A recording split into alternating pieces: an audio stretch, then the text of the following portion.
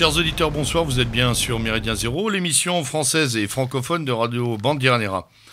Ce soir, le lieutenant Sturm est à la barre pour cette émission consacrée aux nouvelles dissidences, aux nouveaux réseaux, à l'établissement, en fait, d'une métapo engagée. Avec moi, dans ce studio, quelques grandes vedettes de cette métapo engagée. On aurait pu en inviter des dizaines, mais on a choisi la crème et ceux qui pouvaient venir également. Ça fait de bonnes raisons. Avec notre ami Xavier Aimant à ma gauche. Bonsoir à tous. Représentant du Zantropatlan, de l'équipe zantropienne. On pourra peut-être dire un mot d'autres petites activités aussi, c'est possible ? Oui, volontiers. On pourra en parler. Face à moi, Pierre-Antoine Plaquevent, de l'équipe des non-alignés, on va dire des dissidents visuels, un peu plus sur l'espace visuel. Bonsoir à tous. Et puis à ma droite, Jean, notre ami Jean, le gardien du phare. J'ai nommé l'un des tenanciers du cercle non conforme, ce blog de réinformation, d'information, de réflexion et d'action. Voilà, salut. Salut, bonsoir à tous. Voilà. Alors, c'est une thématique qui est d'actualité, ça personne n'en doute, mais qui prend un jour et un éclairage nouveau au vu de ce qui s'est passé un peu partout sur la planète, notamment ces 2 dernières années, où on a vu l'influence, l'importance des médias non conformes, on va les appeler comme ça, des moyens de réinformation, de la profusion des images contradictoires qui pouvaient être apportées, que ce soit dans les printemps arabes, les diverses révolutions à l'Est, la couverture du conflit syrien ou afghan, américano-afghan, etc., etc. On a vraiment maintenant une profusion d'images, de sources politiques, métapolitiques, avec une difficulté dont on traitera tout à l'heure, la pesanteur, celle de savoir de quoi on parle, de qui on parle, à qui on parle, et ce qu'on lit et comment on peut le lire, et avec quelle précaution on doit aborder certaines thématiques, et surtout certains, certains points très litigieux,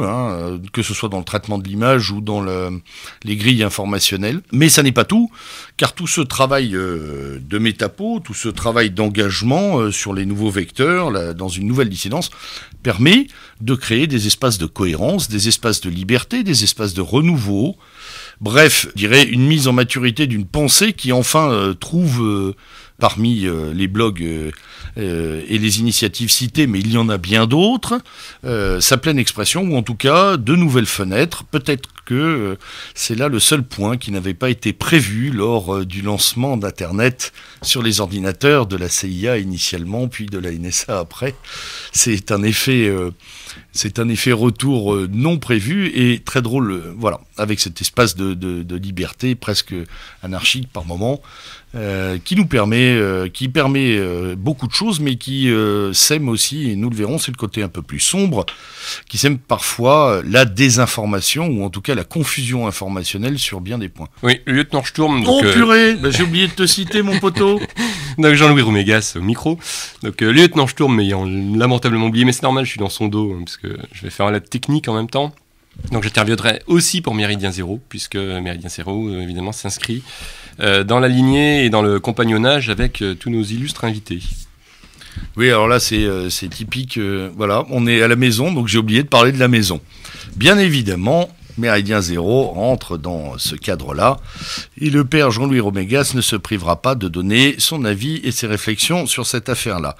Qu'il m'en excuse, J'ai été parti bille en tête, et voilà, je suis lancé. Alors messieurs, tout d'abord, et c'est une nécessité pour qu'on cadre un petit peu mieux les débats, vous allez nous présenter vos initiatives, chacun d'entre vous, nous expliquer un peu la genèse, le positionnement, les volontés exprimées au travers des collectifs qui travaillent derrière vos structures, ce que vous souhaitez faire, ce que vous avez pu faire, ce qu'il vous est difficile encore aujourd'hui peut-être de faire, etc., etc. Qui veut commencer ? Allez, monsieur Plaquevent. Allez, je m'y colle. Donc, ce site des non-alignés, en fait, nous, on a axé ça principalement sur, on va dire, au départ, ce qu'on appelait l'alter-journalisme, c'est-à-dire dès qu'il y avait généralement une personnalité politique ou un événement à couvrir, on y allait avec mon camarade Alexis. Et on allait sur l'événement, on le filmait et on essayait de dégager un peu une perspective de cet événement. Par exemple, le premier gros événement qu'on avait fait, c'était quand il y avait la campagne de vaccination sur la grippe H1N1. On était allé devant les locaux qui avaient été installés en ville.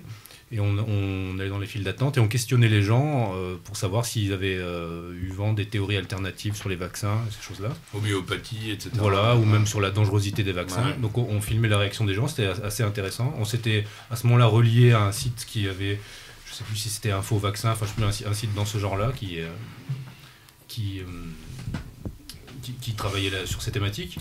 Donc ça c'était notre première action. De là ensuite on s'est dit bon on peut continuer.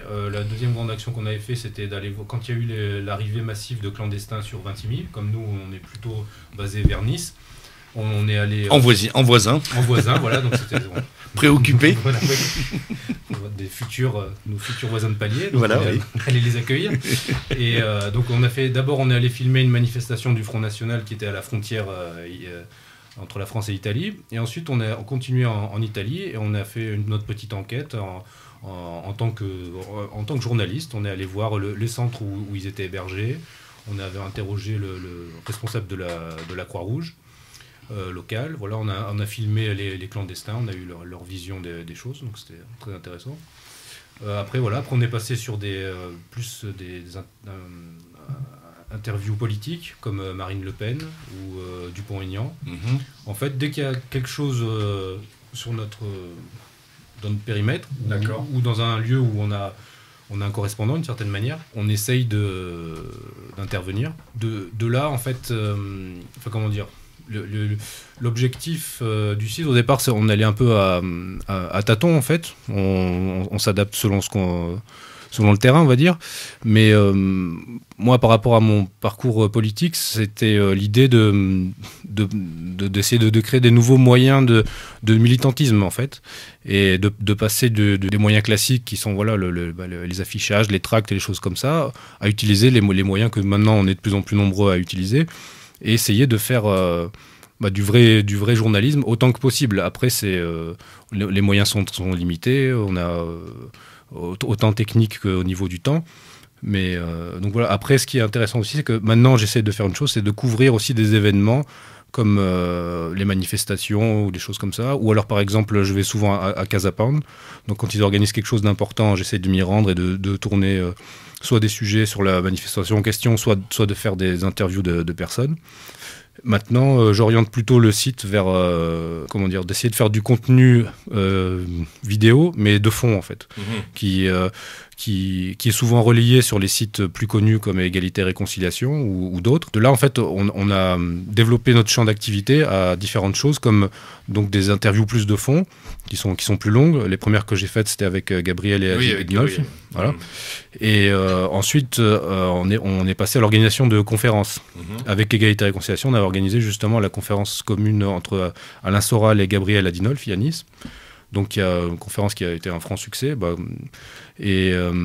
Ensuite, on a organisé une autre conférence, toujours avec Égalité et Réconciliation. Et là, c'était avec Laurent Ouzon et Albert Ali. En fait. L'idée était de confronter la ligne assimilationniste et la ligne, on va dire, différentialiste. Comme le nom de mon site l'indique, les non-alignés, le but c'est de rester toujours sur une ligne de tension entre les différentes propositions qui sont faites dans l'ère non conforme. Et je ne vous cache pas que c'est pas évident des fois. C'est ce que j'allais dire. Voilà. Vu que tout le monde a sa ligne, a son mouvement, c'est... Et puis vous avez peut-être votre propre idée aussi. Après, il y a ça aussi. Oui. Voilà. Quelques questions rapides avant qu'on passe aux autres présentations. Les équipes, là, vous avez réussi à étoffer, à faire un réseau aussi au fur et à mesure, oui. Ouais. Oui. Et donc une petite équipe, on va dire. Au départ, on était surtout un binôme, un qui filme et un autre qui interroge, on va dire. Oui. Maintenant, on est plus nombreux. Là, je suis monté, par exemple, avec du matériel qui m'a été prêté par un autre ami. J'ai mon camarade Alexis qui filme. J'ai un autre camarade qui m'aide dans l'organisation plus de conférences, Anthony. On est de plus en plus. Voilà, on se structure. D'accord. Et en fait, je pense que ça correspond aussi. Moi, j'envisage ça sous trois. J'ai trois axes prioritaires. C'est l'influence cognitive, le soft power, et utiliser les moyens les moyens qui sont à notre disposition, voilà. Et la deuxième étape, c'est de se connecter avec tout ce qui va dans notre sens, comme votre émission ou d'autres, du moment qu'on arrive à aller dans la même direction. Et la troisième étape, c'est au niveau local, pour moi, principalement là où je vis, dans la région niçoise, on va dire, de structurer un réseau humain, en fait. Au-delà même des mouvements, des appartenances des uns et des autres, d'arriver à créer un milieu, en fait, un milieu métapolitique, en fait. Oui, on va en discuter, parce que je pense que ça a une certaine importance. On peut noter, on l'a noté pour Méridien Zéro, les camarades de Zentropa aussi, et puis ça germe également sur le CNC. On voit qu'en fait, des initiatives de ce type agrègent, peut-être pas des militants, mais un réseau actif qui finalement transcende pas mal de choses. On parlera tout à l'heure, Jean-Louis vous parlera de notre crèmerie, MZ, mais sur MZ, on a un panel d'auditeurs assez... je crois qu'on a pratiquement tous les courants, même ceux dont les chefs ont interdit l'écoute de Méridien Zéro. Je sais que vous en avez interdit l'écoute, certains, je vous écoute, moi. Non, très sérieusement, oui, il y a des militants qui m'ont dit on n'a pas le droit de vous écouter, mais qu'est-ce qu'on se marre, quoi. Voilà. Donc voilà, il y a des choses c'est un peu comme comme Internet en Chine, quoi. On arrive à fermer le robinet, mais pas complètement. C'est ça. Voilà. Mister Xavier, à ton tour. Volontiers. Donc, l'initiative Zentropa est née il y a environ une dizaine d'années. C'est le fruit du travail à l'origine d'une poignée de militants qui avaient des parcours très, très différents, mais qui avaient un peu fait le même constat, celui justement d'un... Question, parcours très différent, même constat, mais surtout aussi amitié, connaissance déjà. Amitié. Un peu comme notre camarade. C'est très important, je pense que ça... Oui. Que c'est fondé sur des relations fortes. À la base, en effet, oui, évidemment, l'amitié est le socle premier de Zentropa, mais le constat de départ était que d'un certain enfermement des militants dans leur propre chapelle, c'est-à-dire quand vous étiez royaliste, eh bien, vous aviez un joli site qui vous conseillait uniquement des lectures de Maurras et en tout cas qui étaient tout à fait conformes à la ligne du mouvement, etc. Et donc le but a été d'un peu et quand vous étiez dans un autre mouvement, chacun était un peu enfermé dans des références limitées. Et la volonté de Zentropa était un peu d'éclater les parois entre les mouvements pour offrir un site, puisqu'à la base c'est évidemment en premier lieu un blog, un site où on pouvait trouver des références multiples sur, on va dire, tout le spectre de ce qu'on peut appeler la mouvance identitaire, l'avant-garde, voilà, donc dissidente, une sorte d'avant-garde déjà. Donc le principe de base a été surtout d'être le plus hétéroclite possible. D'ailleurs c'est quelque chose qu'on nous reproche parfois. On y reviendra peut-être parce que je voudrais faire une précision là-dessus. Donc en effet, on peut trouver des écrivains catholiques, des écrivains païens, des identitaires, des nationalistes français pur jus, etc. Et le but étant de faire un panorama le plus large possible de tout ce qui nous paraît intéressant et d'ouvrir un peu les œillères qu'on a pu avoir nous-mêmes quand on était jeunes militants et qu'on était dans des formations politiques. Le deuxième aspect qui caractérise Zentropa, c'est le travail graphique.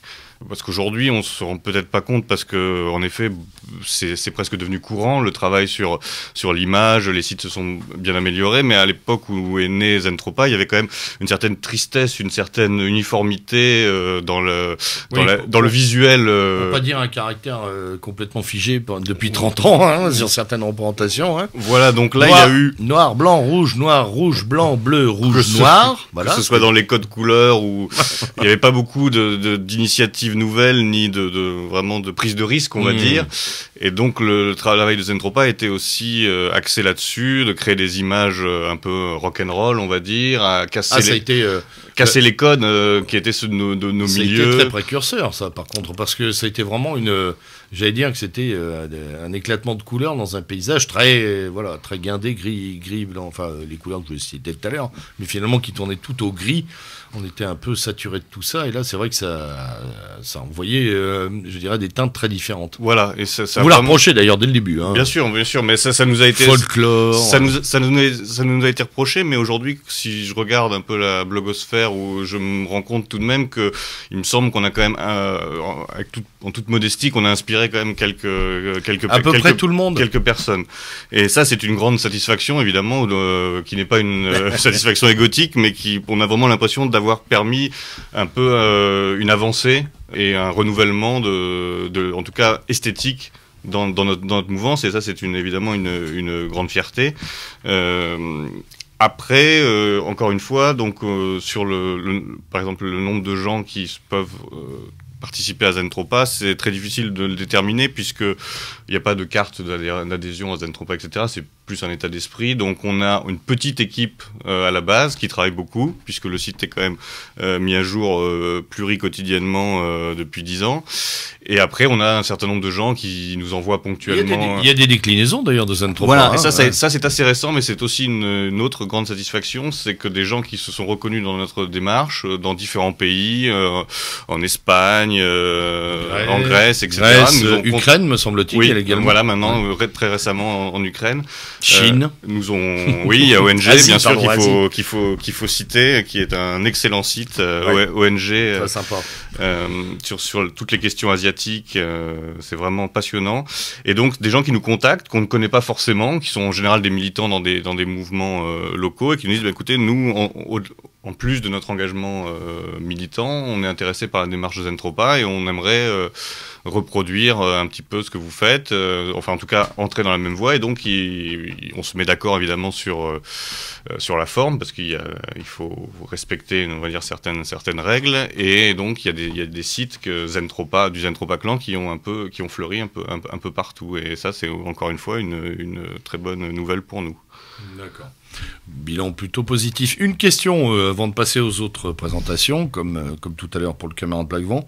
Juste une question, moi, d'ordre technique. Le passage à Tumblr n'a-t-il pas nui un peu à... qui est quand même un changement de format pour les gens qui ne savent pas ce que c'est que Tumblr. Ils ont le droit, hein, je le répète, hein, l'hypertechnologie n'est pas une religion, c'est du micro-blogging finalement, c'est très dédié images, donc vous y insérez du texte, il n'y a pas de souci. Est-ce que ça n'a pas nui au format, à vos modalités d'expression habituelles? Je pense pas. C'est vrai que ça a On peut-être un peu. Moi, je vous le dis, on s'y est fait sans problème. Au début, ça a surpris, ça a décontenancé un peu certains lecteurs.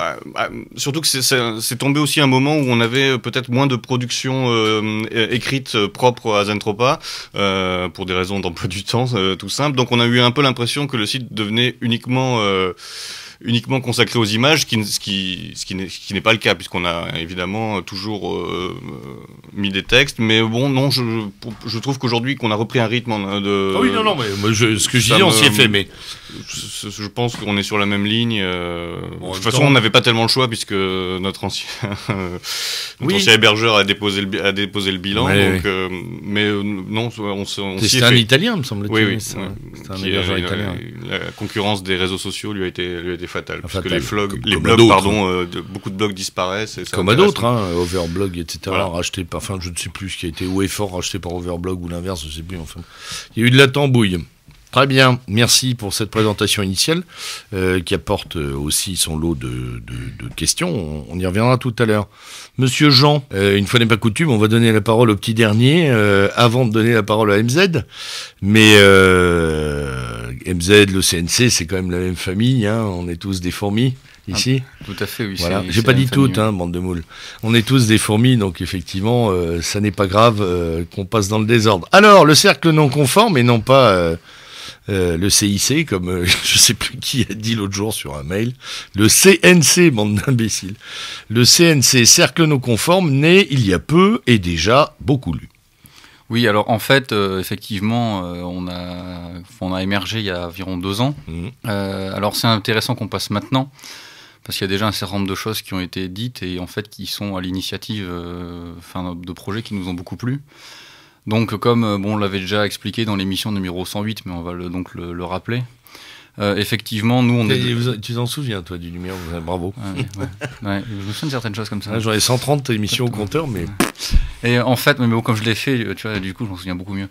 Et en fait, effectivement, nous, on est de la génération qui a regardé Zentropa. Alors, ne voyez pas ici de la flatterie Voilà, un peu à la cour de Louis XIV, mais disons que c'est vrai que c'est ça, c'est-à-dire qu'on a vu Zandtropa, ça nous a effectivement beaucoup plu, parce que bon, j'ai décidé d'être gentil aujourd'hui. Mais c'est vrai que bon, le milieu militant du camp national avait tendance un peu à me désespérer. Et effectivement, on a Faut pas désespérer. Non, jamais. Mais justement, et toujours l'espérance. Et en fait, effectivement, on a vu Zandtropa, les visuels nous ont plu, on est allé faire notre petit tour une première fois en Italie, on a pris la température, on a vu un peu, ça nous a effectivement bien plu, enfin, c'était tout à fait dans l'état d'esprit qui nous convenait.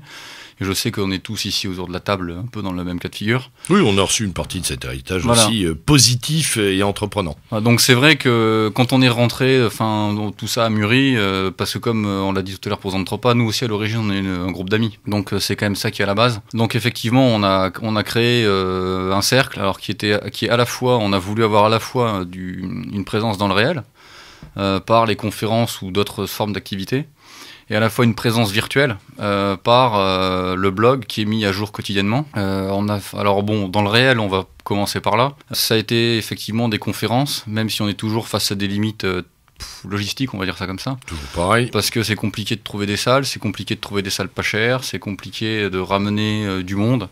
Enfin, on reviendra sûrement là-dessus. Et donc on a brassé un certain nombre de thèmes, la Syrie, l'Iran, la Russie, le localisme, les bourgs d'Afrique du Sud. Bon, là on en a d'autres en préparation. On a aussi fait une récemment en coopération avec Terre et Peuple, puisqu'on faisait venir Roberto Fiorini, qui vient parfois sur Méridien Zéro. Salut Bob, salut voilà. Bob. Effectivement, sur le capitalisme, parce que excellent sur la question sociale et le capitalisme. Sur la question sociale et le capitalisme, parce que ou d'ailleurs on avait invité Xavier Aimant, vous voyez, tout le monde se retrouve. et effectivement, parce que bon, je vais après un peu expliquer l'objectif on va dire de l'affaire. Mais voilà, donc le réel, ça cet intérêt-là, et ça permet aussi que les gens se retrouvent. Ce qui est intéressant, de regrouper des gens. En fait, c'est vrai qu'on retrouve un peu toujours les mêmes personnes qui viennent.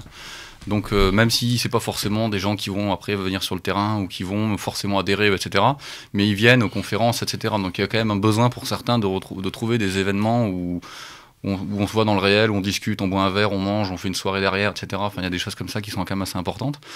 Et puis donc le virtuel, on va dire que bon c'est vrai qu'on a constaté que ça fonctionnait pas trop mal.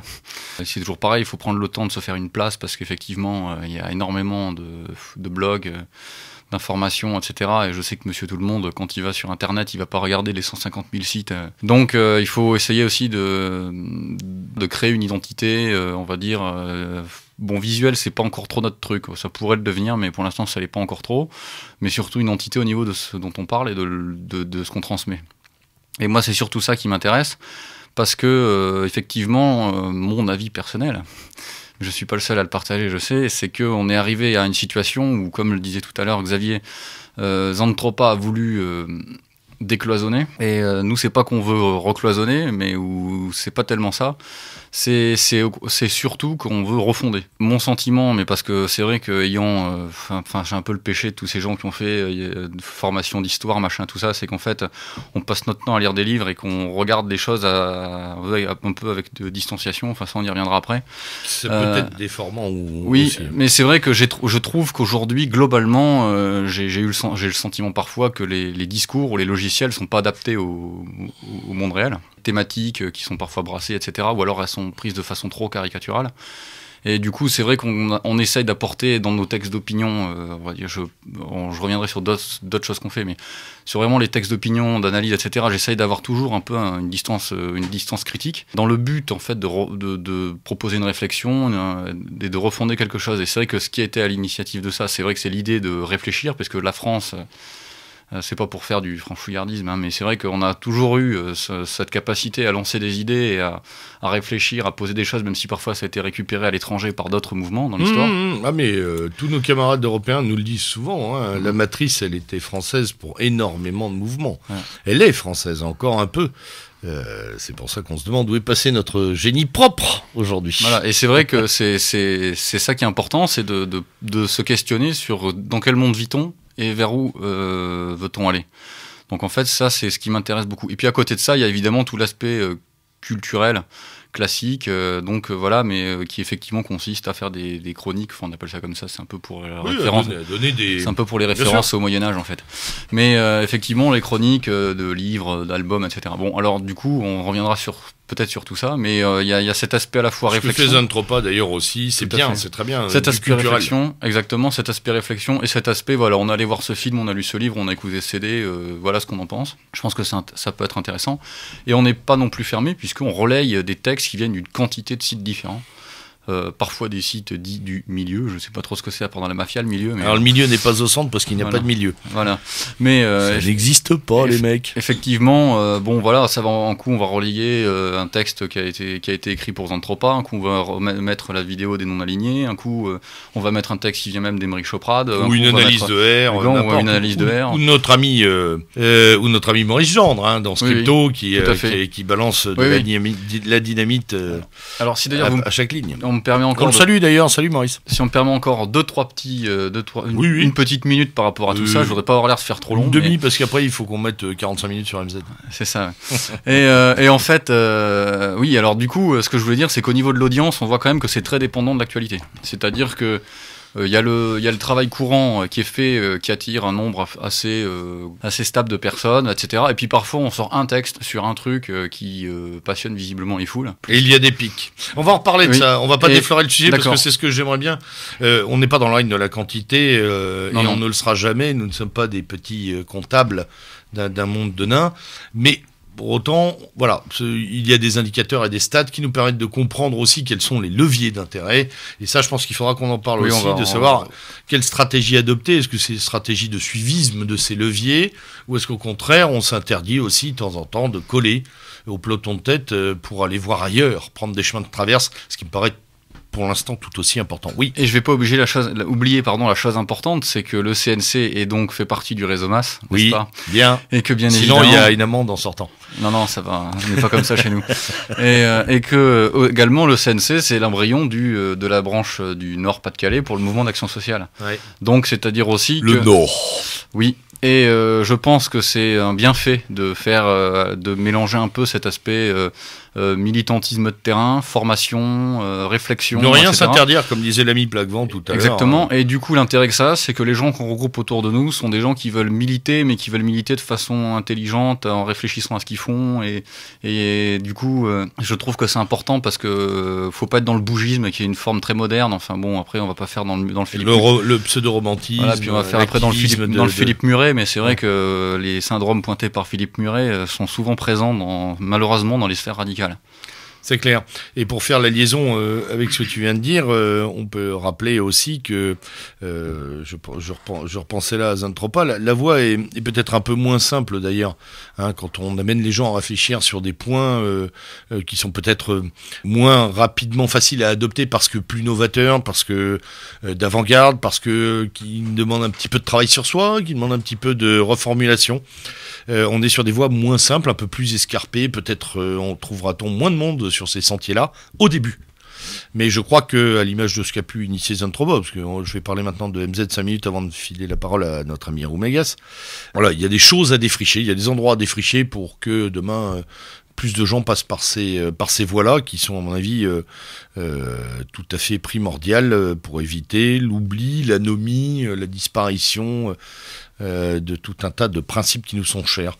Donc on va passer maintenant à Méridien Zéro. Je vais laisser le camarade Roumégas dans 2 secondes, non sans dire qu'il y a aussi un lien entre Zentropa et Méridien Zéro, puisque notre ami Sébastien de Boileau, qu'on salue, était l'animateur de Pion le clair de lune, l'émission qui a sévi pendant des années sur RBN, et c'est lui, donc qui est aussi à l'initiative de Zentropa, qui un jour nous a dit: les gars, on rend le tablier, la fréquence est ouverte, le créneau est offert, et nous avons dit banco, on a relevé le défi, mais on le remercie de cette confiance et de cette camaraderie qui nous a permis de lancer la radio sur laquelle nous sommes ce soir, avec le succès que l'on connaît, et je salue les milliers d'auditeurs encore. Alors, Jean-Louis, un petit topo sur MZ, parce que tu es là aussi depuis le début. Oui, sur Méridien Zéro, c'est vrai qu'il y a beaucoup de choses à dire. Bon, la première chose, c'est qu'en effet, ça s'inscrit dans la lignée de tentatives antécédentes, que ce soit les camarades québécois ou également les jeunesses identitaires sur Paris qui avaient une émission sur RBN. Donc derrière J'ai ta oublié porte. de noter derrière ta porte dans Voilà. lequel nous Tout à fait. intervenions avec Monsieur PGL déjà. Exactement. Donc il y a eu déjà des tentatives sur la radio et sur une radio internet. Alors une radio, on en connaît toute une, hein, qui existe depuis maintenant une vingtaine d'années, qui s'est créée dans les années 80, qui est donc Radio Courtoisie, qui en soi aurait pu et peut encore sur certaines émissions constituer un support intéressant. C'est vrai qu'avec Méridien Zéro, il y a eu la volonté de faire autre chose. D'une part, quelque chose qui, du point de vue générationnel, est sans doute plus adapté du point de vue numérique, puisque on le sait, en fait, l'écoute en ligne directe n'est plus exactement celle qui peut être pratiquée ni consommée, hein, quels que soient les guillemets, le nombre de guillemets qu'on met autour de cette expression. Ce n'est plus exactement la façon dont les auditeurs, et en particulier les jeunes auditeurs, pratiquent. Donc il fallait absolument qu'on puisse offrir quelque chose qui soit ce qu'on appelle le podcast, donc un chargement d'une émission quand on le veut, où on veut. Et d'autre part, il y avait évidemment le ton et l'orientation politique qui n'étaient pas la même. Donc Méridien Zéro est maintenant dans sa 4e saison. Les auditeurs fidèles le savent bien. Nous ne nous interdisons rien en termes de créneaux, enfin en termes de contenu d'émission ou de thématique d'émission. Tout nous intéresse et a priori tout est susceptible à un moment d'être interrogé, d'être questionné et de pouvoir donner des éléments de réflexion aux auditeurs et ensuite par ailleurs à nous-mêmes. C'est pour ça que la variété des émissions est extrêmement importante. C'est aussi pour ça qu'on mêle de la politique, on mêle du littéraire. On mêle du géopolitique. Alors, il est évident que les thématiques, on aura l'occasion d'y revenir, toutes les thématiques ne rencontrent pas le même succès. Et tout comme, globalement, tous les publics sont réunis, en effet, pour écouter Méridien Zéro. On a entre tous les supports, hein, et à l'exception des supports qui nous échappent, je pense en particulier à ces auditeurs qui mettent les émissions de Méridien Zéro sur YouTube, ou sur d'autres supports où là on n'a pas de vérification. Mais on peut avoir des niveaux d'audience qui vont de 5-6 000 chargements jusqu'à quasiment 20 000 pour celles qui ont le plus de succès. Ça montre que globalement le panel est très très large. Et de fait, les émissions qui ont le plus de succès, qui ont eu le plus de succès, ne sont pas forcément celles sur lesquelles nous aurions parié de façon la plus importante. Ah non. Globalement, des émissions dont politiquement nous ne sommes pas forcément les plus proches. Je pense par exemple à une très bonne émission par ailleurs, hein, faite avec Pierre Hilliard, ou également Yvan Benedetti. Bon, des orientations politiques qui ne sont pas les nôtres, mais à un moment... Alain Soral, par exemple. Oui, aussi Alain Soral, exactement. Mais qui à un moment montre que, au-delà de notre orientation à nous, il y a une écoute et il y a des auditeurs qui ont envie d'entendre des choses. Voilà. Par ailleurs, la radio, c'est aussi, hélas, le constat, mais étant tous autour de la table, je pense, des lecteurs, plus ou moins gros, mais plutôt des gros lecteurs, c'est vrai que la radio, elle vient suppléer à une situation qui est que la lecture, au niveau des jeunes générations, peut-être se perd un petit peu plus, ou en tout cas, il y a moins de patience et il y a tout un certain nombre d'éléments qui vont évoluer, dont on aura peut-être l'occasion de reparler. Par rapport à l'écrit, et donc si la radio permet à un moment d'aborder des choses et de se poser en complémentarité de tout ce que font les camarades ici présents en termes d'écrit et de textes, qui soient théoriques mais également de citations, puisque Zentropa a quand même un mérite énorme qui est de sortir des extraits et souvent très longs de textes que par ailleurs les lecteurs ne seraient pas allés voir par eux-mêmes. La radio a ce mérite-là, voilà. Donc je ne vais pas redire ce qui a été dit sur la difficulté de constituer une équipe, de fonctionner autour de gens dont il y a forcément une part d'affinitaire, mais aussi des personnes qui à un moment s'engagent. Bon, Méridien Zéro est exactement dans ce cas-là, et nous ne dérogeons pas à la règle. Merci Jean-Louis, et comme il est très modeste et il ne le dira pas, pour que nos auditeurs le sachent, c'est lui le directeur des programmes. Voilà.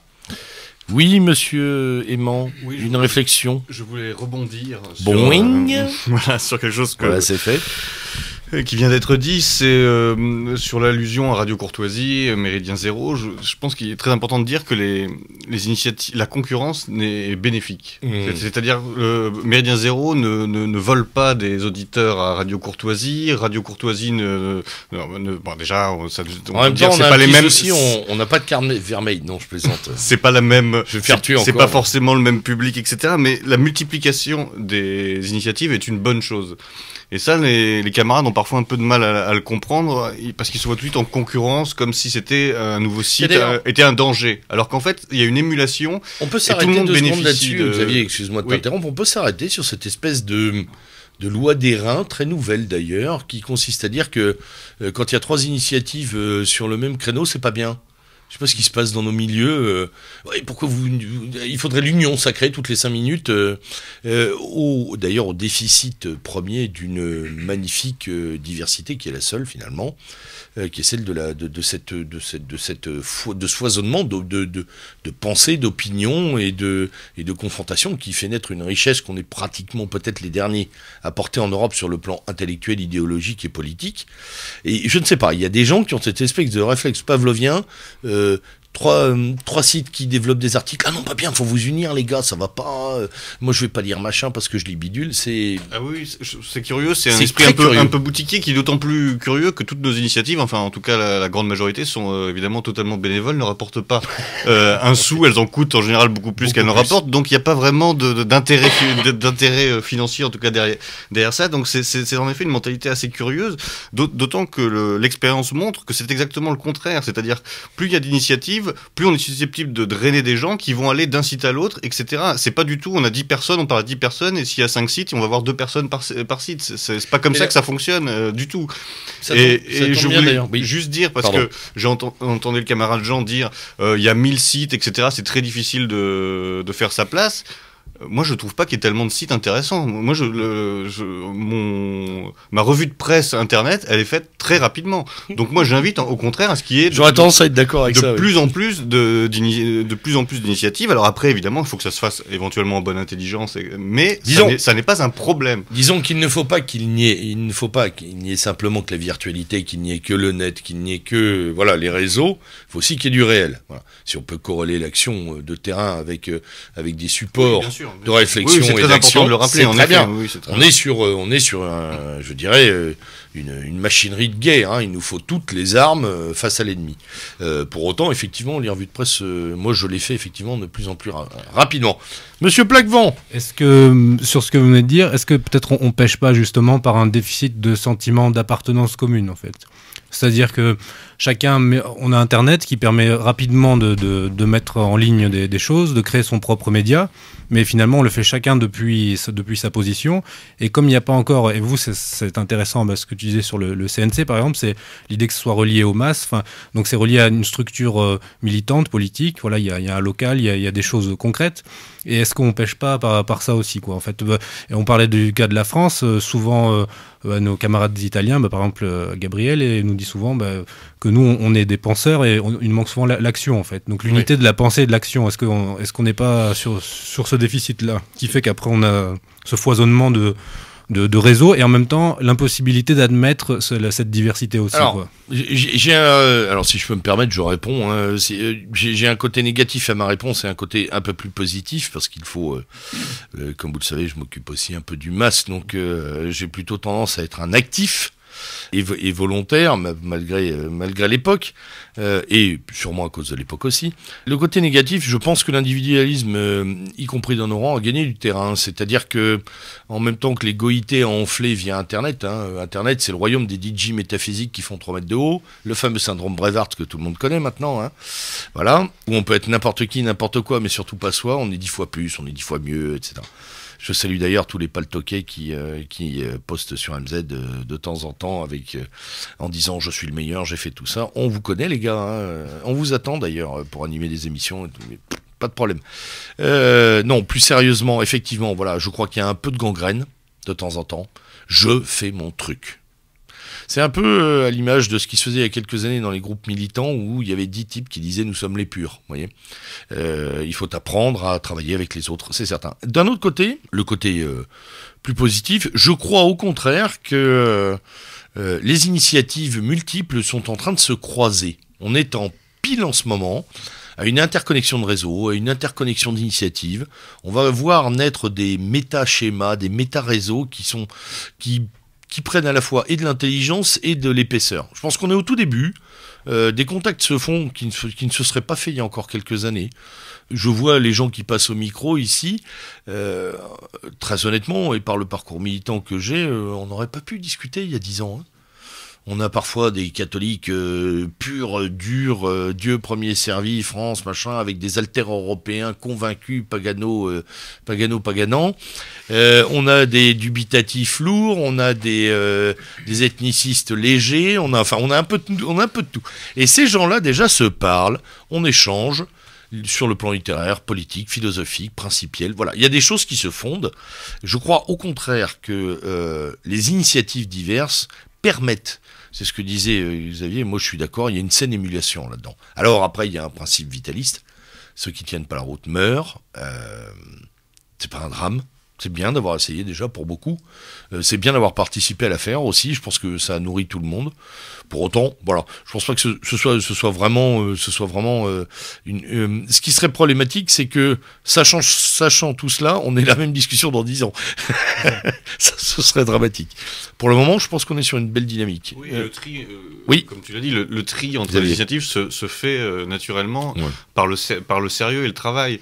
Encore une fois, je pense que c'est vraiment une notion sur laquelle il faut insister, c'est-à-dire qu'il y a un côté, on peut dire peut-être ludique ou égotique à créer son site, etc. Mais on voit très bien quand l'ego et le plaisir priment, c'est qu'en général ça dure pas longtemps.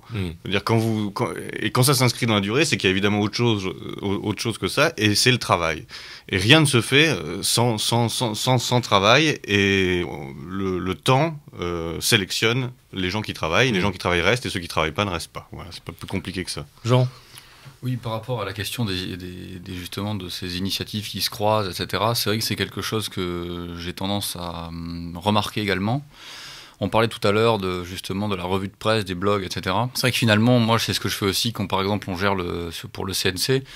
On va se retrouver finalement à devoir parfois faire le tour de quelques sites choisis, où on sait que généralement, on va tomber sur des textes qui sont finalement intéressants. Ça peut être des sites de gens connus. Hein. Bon, j'ai encore parlé d'Aymeric Choprade, mais bon, en même temps, je suis un peu une groupie. Mais gros fan.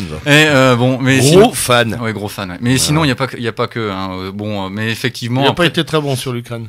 On en reparlera après. Ouais. Mais alors sur la question également, voilà, donc je vais aller voir un peu sur Zentropa, sur Scriptoblog, même Polemia qui fait un travail aussi très intéressant, et d'autres.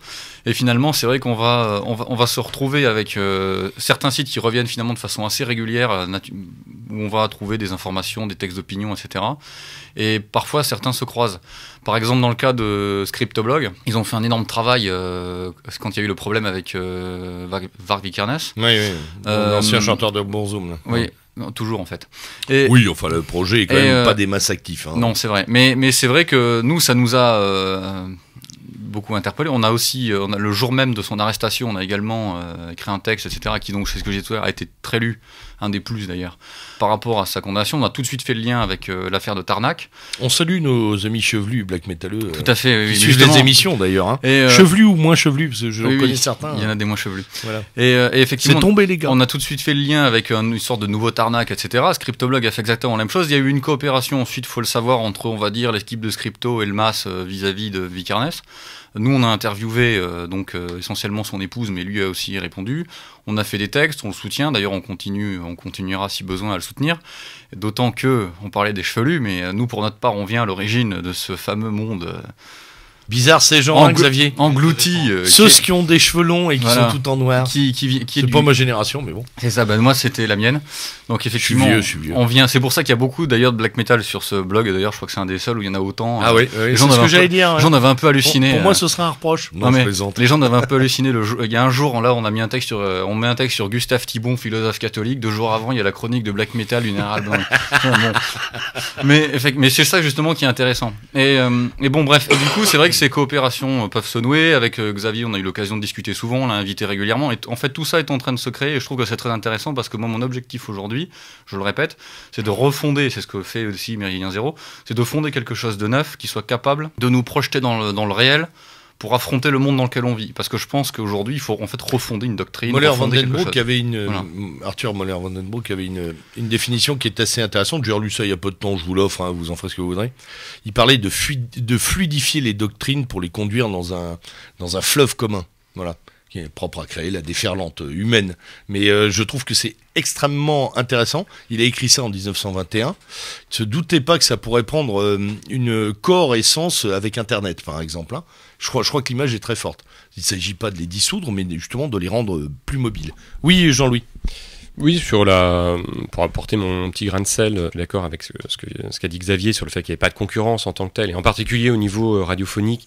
De toute façon, on ne joue pas dans la même cour. Quand bien même on voudrait faire le bœuf, la grenouille, de fait, Radio Courtoisie a su développer avec, que ce soit sous l'ancien directeur ou même l'actuel, a su développer un outil qui est efficace et qui représente des dizaines et des dizaines de milliers d'auditeurs. Donc ce serait bien vain et très fade notre part de croire qu'on est en concurrence. Mais par ailleurs, c'est vrai que la concurrence me gêne pas parce que de toute façon, comme tu le disais, mon lieutenant, c'est vrai qu'il y a un certain vitalisme dans les initiatives. Et finalement, la seule chose, moi, qui peut m'embêter, c'est lorsqu'une expérience se bureaucratise, en quelque sorte. C'est-à-dire à un moment, lorsque, en effet, elle perd de sa vitalité, elle perd de son dynamisme, et elle continue d'exister pour exister. Et par exemple, si un jour, on s'apercevait, pour diverses raisons, hein, soit parce qu'on est moins bon, soit parce qu'il y a d'autres outils plus efficaces, soit parce qu'à un moment il y a un autre outil radiophonique qui est né en France et qui s'avère plus efficace que nous, j'espère qu'on saurait, se dire, voilà, on passe à autre chose. À un moment, on a fait ce qu'on pensait faire, ce qui devait être fait, d'accord, fait ce que doit. Et puis à un moment, on passe à autre chose. Et le pire, ce serait qu'en effet, qu'il y ait une forme de bureaucratie. La bureaucratie, c'est l'administration, c'est la structure qui perdure pour elle-même et non pas pour son objet et à un moment pour ce qu'elle peut, pour l'idée, pour ce qu'elle remplit. Et je pense que ça, c'est valable pour n'importe quelle des initiatives de notre milieu. À un moment, nous ne sommes pas ce que nous faisons. Nous le faisons parce nous pensons que nous devons le faire. Si à un moment on maintient quelque chose à bout de bras et en coma thérapeutique juste pour avoir le sentiment d'exister, là en effet ça devient très pathétique, à vrai dire. Effectivement. Oui, est-ce que je peux, Monsieur Plaquevent, Pierre-Antoine de son prénom, je vous écoute. Rebondir là-dessus. Nous vous écoutons. À nouveau, sur l'idée. On rebondit énormément. Je lance un appel à nos auditeurs. D'ailleurs, j'en profite. 1 euro pour un trampoline, s'il vous plaît. Envoyez-nous tous 1 euro. On va installer un trampoline. Rebondissons. Donc sur cette idée un peu, est-ce que en fait il n'y a pas un risque d'éclatement en fait du savoir en fait. Enfin c'est-à-dire que Internet favorise une connaissance multiple, mais après aussi ce qui intéresse les gens et le succès de certains sites, moi je pense par exemple à Égalité et Réconciliation, c'est de rassembler des informations diverses sur un seul canal qui fait que les gens accèdent assez rapidement à une multitude d'informations parce que tout le monde effectivement n'a pas le temps d'aller ni les mêmes centres d'intérêt d'ailleurs. Exactement. Donc ce qui est intéressant, c'est aussi ça, c'est d'arriver, et peut-être que nous dans notre mouvance plus nationale européenne, on devrait réfléchir à ça, à comment construire une sorte de média qui rassemblerait un petit peu toutes les offres de notre tendance un petit peu. Voilà, l'idée étant que pour moi finalement notre doctrine à nous c'est quoi, c'est l'impérium en fait. Donc c'est un centre de gravité fort, et après, comme ce que disait Denis de Rougemont, une pluralité d'allégeances. En fait. Ça peut s'appeler un portail. Hein. Oui. Non, ça serait, ne serait-ce déjà arriver là-dessus. Oui. Oui, ce que j'ai appelé tout à l'heure le méta-réseau, qui serait en capacité de drainer les flux vers un seul et même réceptacle, qui n'empêcherait absolument pas la multiplicité des sensibilités, et puis même des expressions. C'est ça. Voilà. Images, sons, même on peut penser à de l'artistique. Exactement. Hein, ça nous manque. Chantier. Pénible, c'est pénible. Hein. J'ai essayé de relancer les vieux copains de l'Ars Affiche, mais bon, ils sont passés à d'autres affaires, mais voilà, il nous manque un flux artistique important.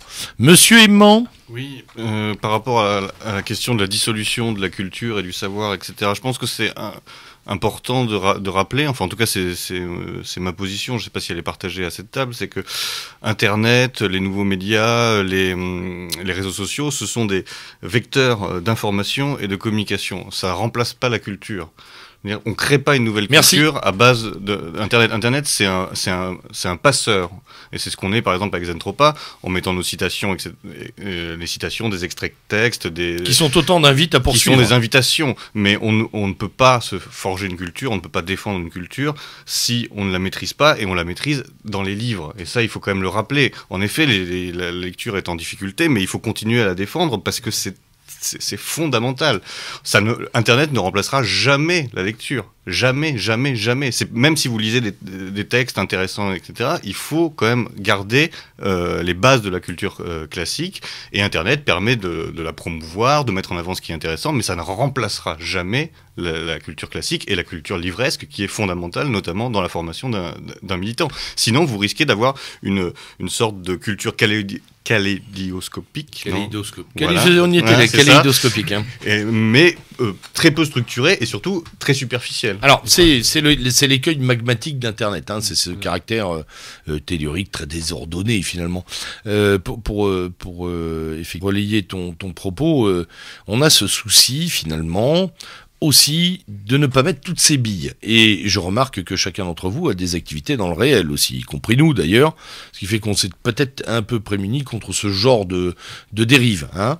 On organise des conférences dans le réel, des meetings, des formations, tout ce que vous voulez, on prend la parole. Ça veut dire également qu'on a compris qu'il fallait pas tout faire sur Internet. Pour éviter ce dont tu as parlé, c'est-à-dire ce phénomène de zapping, de culture kaléidoscopique, de culture patchwork, on peut l'appeler comme ça aussi, où finalement, sans avoir jamais lu Evola, on a l'impression de le connaître, sans avoir jamais maîtrisé la géopolitique chopradienne, on a l'impression d'être un vieux pépère capable d'attraper une carte et de dire qui est à gauche, qui est à droite, qui est au nord, qui est au sud. Et ça nous est déjà, je crois, tous arrivé de tomber sur ce type de personnage très égotique et imbu, hein, boursouflé à l'extrême, oui, j'ai lu votre truc, etc. Oui, mais comparé au truc de bidule, en fait, on s'aperçoit qu'on est dans les étiquettes. Le gars s'est collé tout un tas d'étiquettes et qu'il n'a pas la culture sous-jacente. Donc, je crois que le pire dans c'est Nietzsche. J'ai rencontré j'ai vu que des Nietzschéens qui n'avaient jamais lu. Alors moi, j'ai vu. Parce que je comprends très bien qu'on n'a pas pu réussir à lire Nietzsche. Mais le nombre de Nietzschéens qui n'aient jamais lu Nietzsche, c'est assez impressionnant. J'ai cité Evola à dessein, puisque je suis un lecteur et un admirateur de l'œuvre d'Evola, sans être évolâtre, je le précise. Témoin d'Evola, c'est ça ? Et donc, je pense que c'est une des lectures d'une vie, comme Junger, que je relirai, je pense, encore dans les 30 prochaines années. Mais pour autant, je garde un peu d'humilité, quoi. Je pense pas maîtriser la totalité de l'œuvre évolienne. Par contre, je suis tombé sur des gens qui disent, oui, je suis en train de relire Evola, là, un peu, en ce moment, je regarde un peu 2-3 trucs. C'est extraordinaire. Alors, c'est peut-être le seul écueil de tout ce que nous proposons, enfin de tout ce qui peut être proposé par les médias que nous utilisons, qui sont finalement très horizontaux, qui alignent beaucoup les gens. Or, on a à cœur, nous, et on ne va pas se le cacher, et on emmerde les bien-pensants, des vieux principes hiérarchiques et verticaux. Très difficile de les faire passer sur les supports Internet, les nouveaux supports médias. On se connaît, qui t'es, hein, on a tous reçu ces trucs via Facebook, via le mail. Non, bonjour monsieur, ça commence par là. Je reçois beaucoup de textes de guénoniens aussi qui m'écrivent des théories pour que je les publie aussi, mais pour l'instant, j'ai pas encore pu. Allez-y les gars, là. Continuez. Monsieur Jean, vous vouliez intervenir, hein, je crois. Oui, par rapport à cette question, effectivement, moi, c'est vrai que c'est rare que je perde mon temps à répondre aux gens qui font des commentaires à 2 balles sur les articles qu'on publie. Ça m'arrive parfois, mais assez rarement, parce que, on avait une discussion comme ça privée avec Xavier, mais en gros, c'est vrai qu'au bout d'un moment, des gens qui font rien et qui font des commentaires, c'est un peu pénible. Oui, mais il y a une professionnalisation des commentateurs, si vous regardez bien.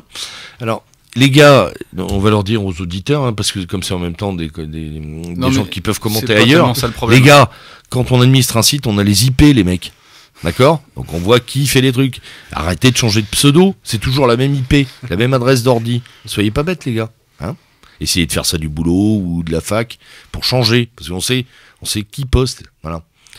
Non mais je le dis parce que les gens ne le savent. Voilà. Mais c'est vrai que ce qui est intéressant, parce que c'est vrai que je lis beaucoup aussi les commentaires des émissions de Méridien Zéro. Ce qui est intéressant, c'est que le fait que les gens puissent réagir. Il y a parfois des réactions très intéressantes, les impressions, c'est toujours important. En fait, pour moi, les commentaires, ça sert vraiment à avoir un retour de ce qu'on fait. Bon, c'est un retour virtuel, mais c'est un retour quand même. Et de ce point de vue-là, c'est intéressant. Et c'est vrai qu'on le retrouve parfois avec Méridien Zéro, on a ce côté, voilà, les gens vont avoir donné leurs sentiments sur ci, sur là. Je trouve ça d'ailleurs assez positif. Par contre, ce qui devient pénible, c'est quand ça devient des donneurs de leçons. Voilà, enfin bon, moi je sais que j'en ai déjà envoyé bouler 2 ou 3. Alors, il y a deux façons de prendre ça. Le donneur de leçons, c'est aussi un indicateur de faiblesse. C'est-à-dire que quand les gens se lâchent dans des commentaires, entre guillemets, hein, puisqu'il faut parler de ce terme en termes de laxatif, hein, c'est aussi ça. Il y a une logorée Internet. Je suis désolé, chers auditeurs, mais les gens se lâchent, c'est aussi peut-être pour libérer une pression sociale. J'ai tendance à faire très attention aux commentaires exacerbés en disant vous avez parfaitement tort, parce que finalement, je fais pas de la psychologie de bas étage, mais quand on gratte, souvent, on sent que le type a besoin. A besoin. Oui, certains. Besoin de la psychologie de bas étage, il y en a qui ont fait certains, carrière. oui, c'est vrai. Je pense à Monsieur Miller et tous ces gens-là. On vous oublie pas, les gars. Mais effectivement, il y a aussi ce sentiment que voilà, ça répond à une angoisse, à un travail solitaire, parfois trop solitaire sur ce plan, et qu'effectivement, c'est explosif sur le net. Oui, Xavier. Sur Zentropa, on a pris une option un peu plus fasciste, c'est-à-dire qu'on a supprimé les commentaires. Parce qu'on s'est aperçu que ça avait en fait, assez peu d'intérêt. Pas dire qu'il n'y a pas des commentaires intéressants, mais en fait, ça donnait lieu à des débats sans fin. On a tout vu, évidemment, Payen, Cato, qui refaisait encore le débat, etc. Beaucoup d'invectives ou alors des compliments. C'est toujours agréable d'avoir des compliments, mais finalement, ça n'apportait pas grand-chose. Et surtout, ça faisait perdre beaucoup de temps parce qu'il fallait quand même que ce soit modéré. Ça a été assez mal pris, hein, parce que les gens disent en fait, les gens, ça veut pas dire qu'on se fout de l'opinion des gens qui nous lisent. C'est-à-dire qu'ils peuvent l'exprimer d'une autre façon, en participant, s'ils aiment, en participant, et s'ils aiment pas, excellent. Ils aillent voir autre chose. Excellent. Voilà. Alors, par contre, non, pour rappel, parce que comme je suis un trop pas depuis le début, moi, les plus grosses querelles, et celles qui m'ont fait le plus rire, c'est quand le type ne comprend pas le trait d'humour d'un post, d'une image, et qui commence à tailler, mais à la hache, quoi. En disant, quelle honte! Et alors, derrière, il découle au moins une dizaine de posts de mecs qui n'ont pas compris que le mec avait pas compris que c'était de l'humour. C'est génial. Ou alors Internet ou l'autisme. Ou alors des débats offert à tous. Des débats absolument psychédéliques. Par exemple, on postait une photo d'un Écossais en tenue traditionnelle qui avait un couteau dans la chaussette, et alors un débat sur le non, c'est pas le vrai je me couteau, souviens. Avec celui-là c'est un de 1840, et alors qu'il peut, je me souviens ça durait sur des pages et des pages entières, et sur les couleurs, il s'est tripé. Et les mecs sur les couleurs de tartan, la reconnaissance des clans par tel ou tel ministère occulte des clans écossais là, et puis un type qui poste un truc à un moment sur un clan normand écossais, et l'autre dit n'importe quoi, les Normands sont des Vikings, et c'est reparti. Et c'est amusant, mais ce qui est beaucoup moins amusant, c'est que si on prend contact avec la personne qui lance ce débat sur les tartans et qu'on lui dit, bah écoute, dans ce cas-là, fais-nous un article sur les tartans, etc. Il dit, ah non, mais non, j'ai pas le temps. J'ai le temps de m'invectiver avec Petit Loulou 88 pendant 6 heures, mais par contre, faire un article la critique est facile, construit. Et donc, nous, on a fait ce choix, on a dit, bon, bah écoutez, voilà, le tri se fait comme ça. Si vous aimez, vous participez. Si vous aimez pas, allez voir autre chose. Et puis, on restera pas bon copain, mais bon. On évitera de perdre du temps. Est-ce que c'est pas les commentaires Pierre-Antoine, juste une question pour vous. Comment vous traitez les commentaires, vous? Mais justement, enfin nous on n'en a pas non plus. D'accord. Mais vous avez fermé tout alors. Oui, mais je me demande si malgré tout, c'est pas aussi ce qui génère un intérêt pour le site aussi. Que les gens. Ça augmente la fréquentation. Donc, ça c'est évident parce que les gens reviennent pour voir les réponses, etc. C'est fermer ces commentaires, ça réduit la fréquentation de son site. Je parle de Méridien Zéro. Nous on les a laissés ouverts. On lit tout ce qui, on laisse faire. La plupart du temps, on laisse parfaitement tranquille les auditeurs. De temps en temps, c'est de bonne qualité, je trouve. Enfin, ce que j'ai, ça va. La plupart du temps, on a eu très peu de débats scrofuleux. Par contre, de temps en temps, nous sommes obligés de modérer des propos.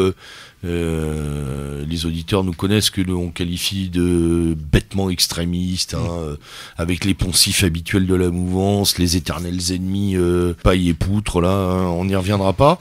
Mais ça, on dégage, parce que c'est le degré zéro de la pensée politique, donc dehors. Les guignols, vous avez des officines pour faire ça. Voilà. Le reste du temps, on modère. Après, il y a de temps en temps des provocateurs, il faut les nettoyer. Mais dans l'ensemble, effectivement, on laisse ouvert. Après, on n'a que des émissions avec faisant naître un débat, donc c'est aussi le jeu. Voilà, on n'est pas sur la même modalité. Au CNC, vous faites quoi, vous? Oui, c'est exactement ce que j'allais dire, c'est que nous, l'avantage qu'on a, c'est qu'en fin de compte, quand je dis nous, c'est CNC et Méridien Zéro. C'est que finalement, comme on produit un contenu culturel, ou allez, on va lâcher un gros mot intellectuel, en fait, ça fait que les gens qui viennent... Une balle ça fait que les gens qui viennent commenter sont des gens qui font déjà l'effort de venir lire, qui ont lu l'article, etc. Donc on s'adresse Il y a un déjà processus. à une certaine catégorie de personnes, donc on n'a pas trop de problèmes particuliers. Au contraire, d'ailleurs, les commentaires sont plutôt positifs la plupart du temps et intéressants. D'ailleurs, bon, c'est vrai que récemment il y en a eu plus que d'habitude et je trouve que les commentaires étaient assez intéressants.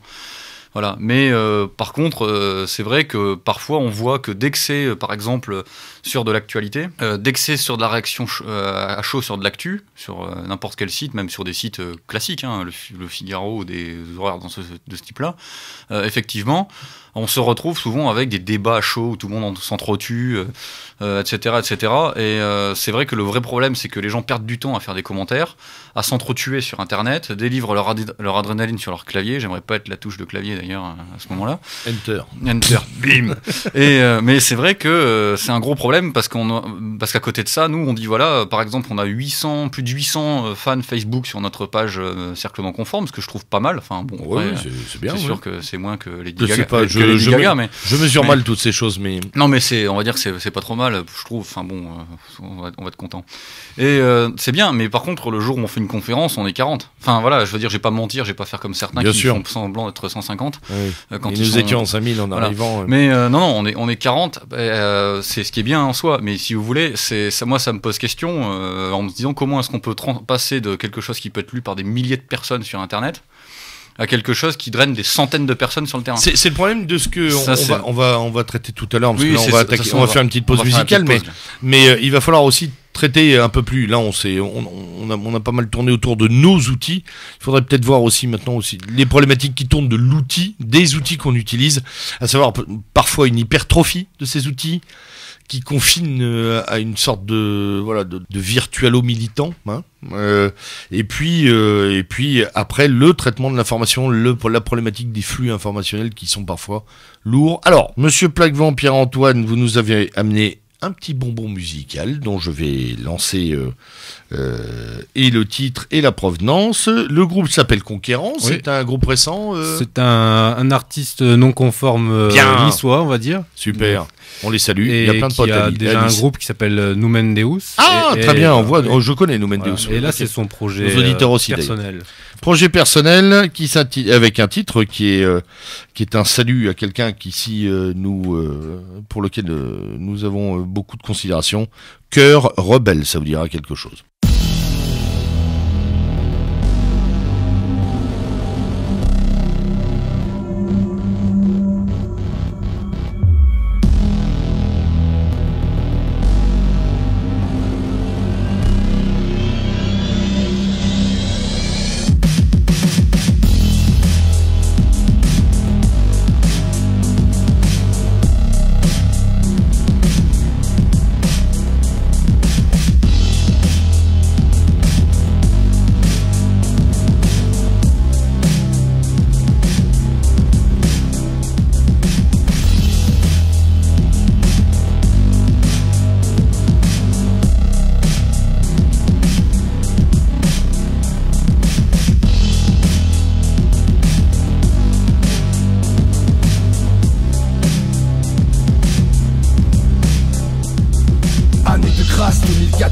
Millésime de la révolution, l'union fait la force, ensemble pour l'égalité et la réconciliation. La lutte s'amorce dans une France débordante d'exaspération.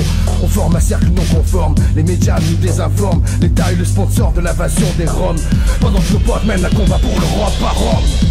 Nous sommes des militants non alignés, des dissidents qui luttent ardemment pour une Europe dorée. Une bande de libres penseurs contre la gnose pyramidale, une noble cause au cœur d'un mouvement d'action sociale. C'est le printemps sur le méridien zéro, il est venu le temps d'honorer nos héros. Camarades, on entre dans la légende, c'est la grande parade avant la révolte que tant attendent. En avant, en avant, en avant, en avant, en avant, en avant, en avant. Les cœurs rebelles. En avant, en avant, en avant, en avant, en avant, en avant. Soyons prêts pour l'ultime étincelle. En avant, en avant, en avant, en avant, en avant, en avant, en avant. Les cœurs rebelles. En avant, en avant, en avant, en avant, en avant, en avant. Samouraï d'Occident face à l'éternel. Fini le règne de la terreur. Il est l'heure de s'unir dans ce combat pour l'honneur. N'ayons pas peur du moment purificateur. Nous naissons et vivons pour l'instant salvateur. Ils veulent nous faire taire. En ce jour de colère, les victimes de l'oligarchie financière investissent nos terres. Nous croisons le fer à l'approche de cette guerre identitaire. Soyons exemplaires dans la veine de Dominique Vénère. Nous sommes les fils du tonnerre, jeunesse révolutionnaire. Nous défendons nos terres, des cieux nous contemplent nos pères. Nous sommes au centre du temple, en avant mes frères. Chacun devra choisir son propre destin. On transcendra l'histoire, le drapeau à la main. Et si jamais on en sort vivant, alors on se fera un grand festin. Optimiste l'histoire, optimiste l'histoire. Un sourire à la mort et une route pour la gloire. En avant, en avant, en avant, en avant, en avant, en avant, en avant, en avant, en avant, en avant. Les cœurs rebelles. En avant, en avant, en avant, en avant, en avant, en avant. Soyons prêts pour l'ultime étincelle. En avant. En avant, en avant, en avant, en avant, en avant, en avant. Les cœurs rebelles. En avant, en avant, en avant, en avant, en avant, en avant. Samouraï d'Occident face à l'éternel.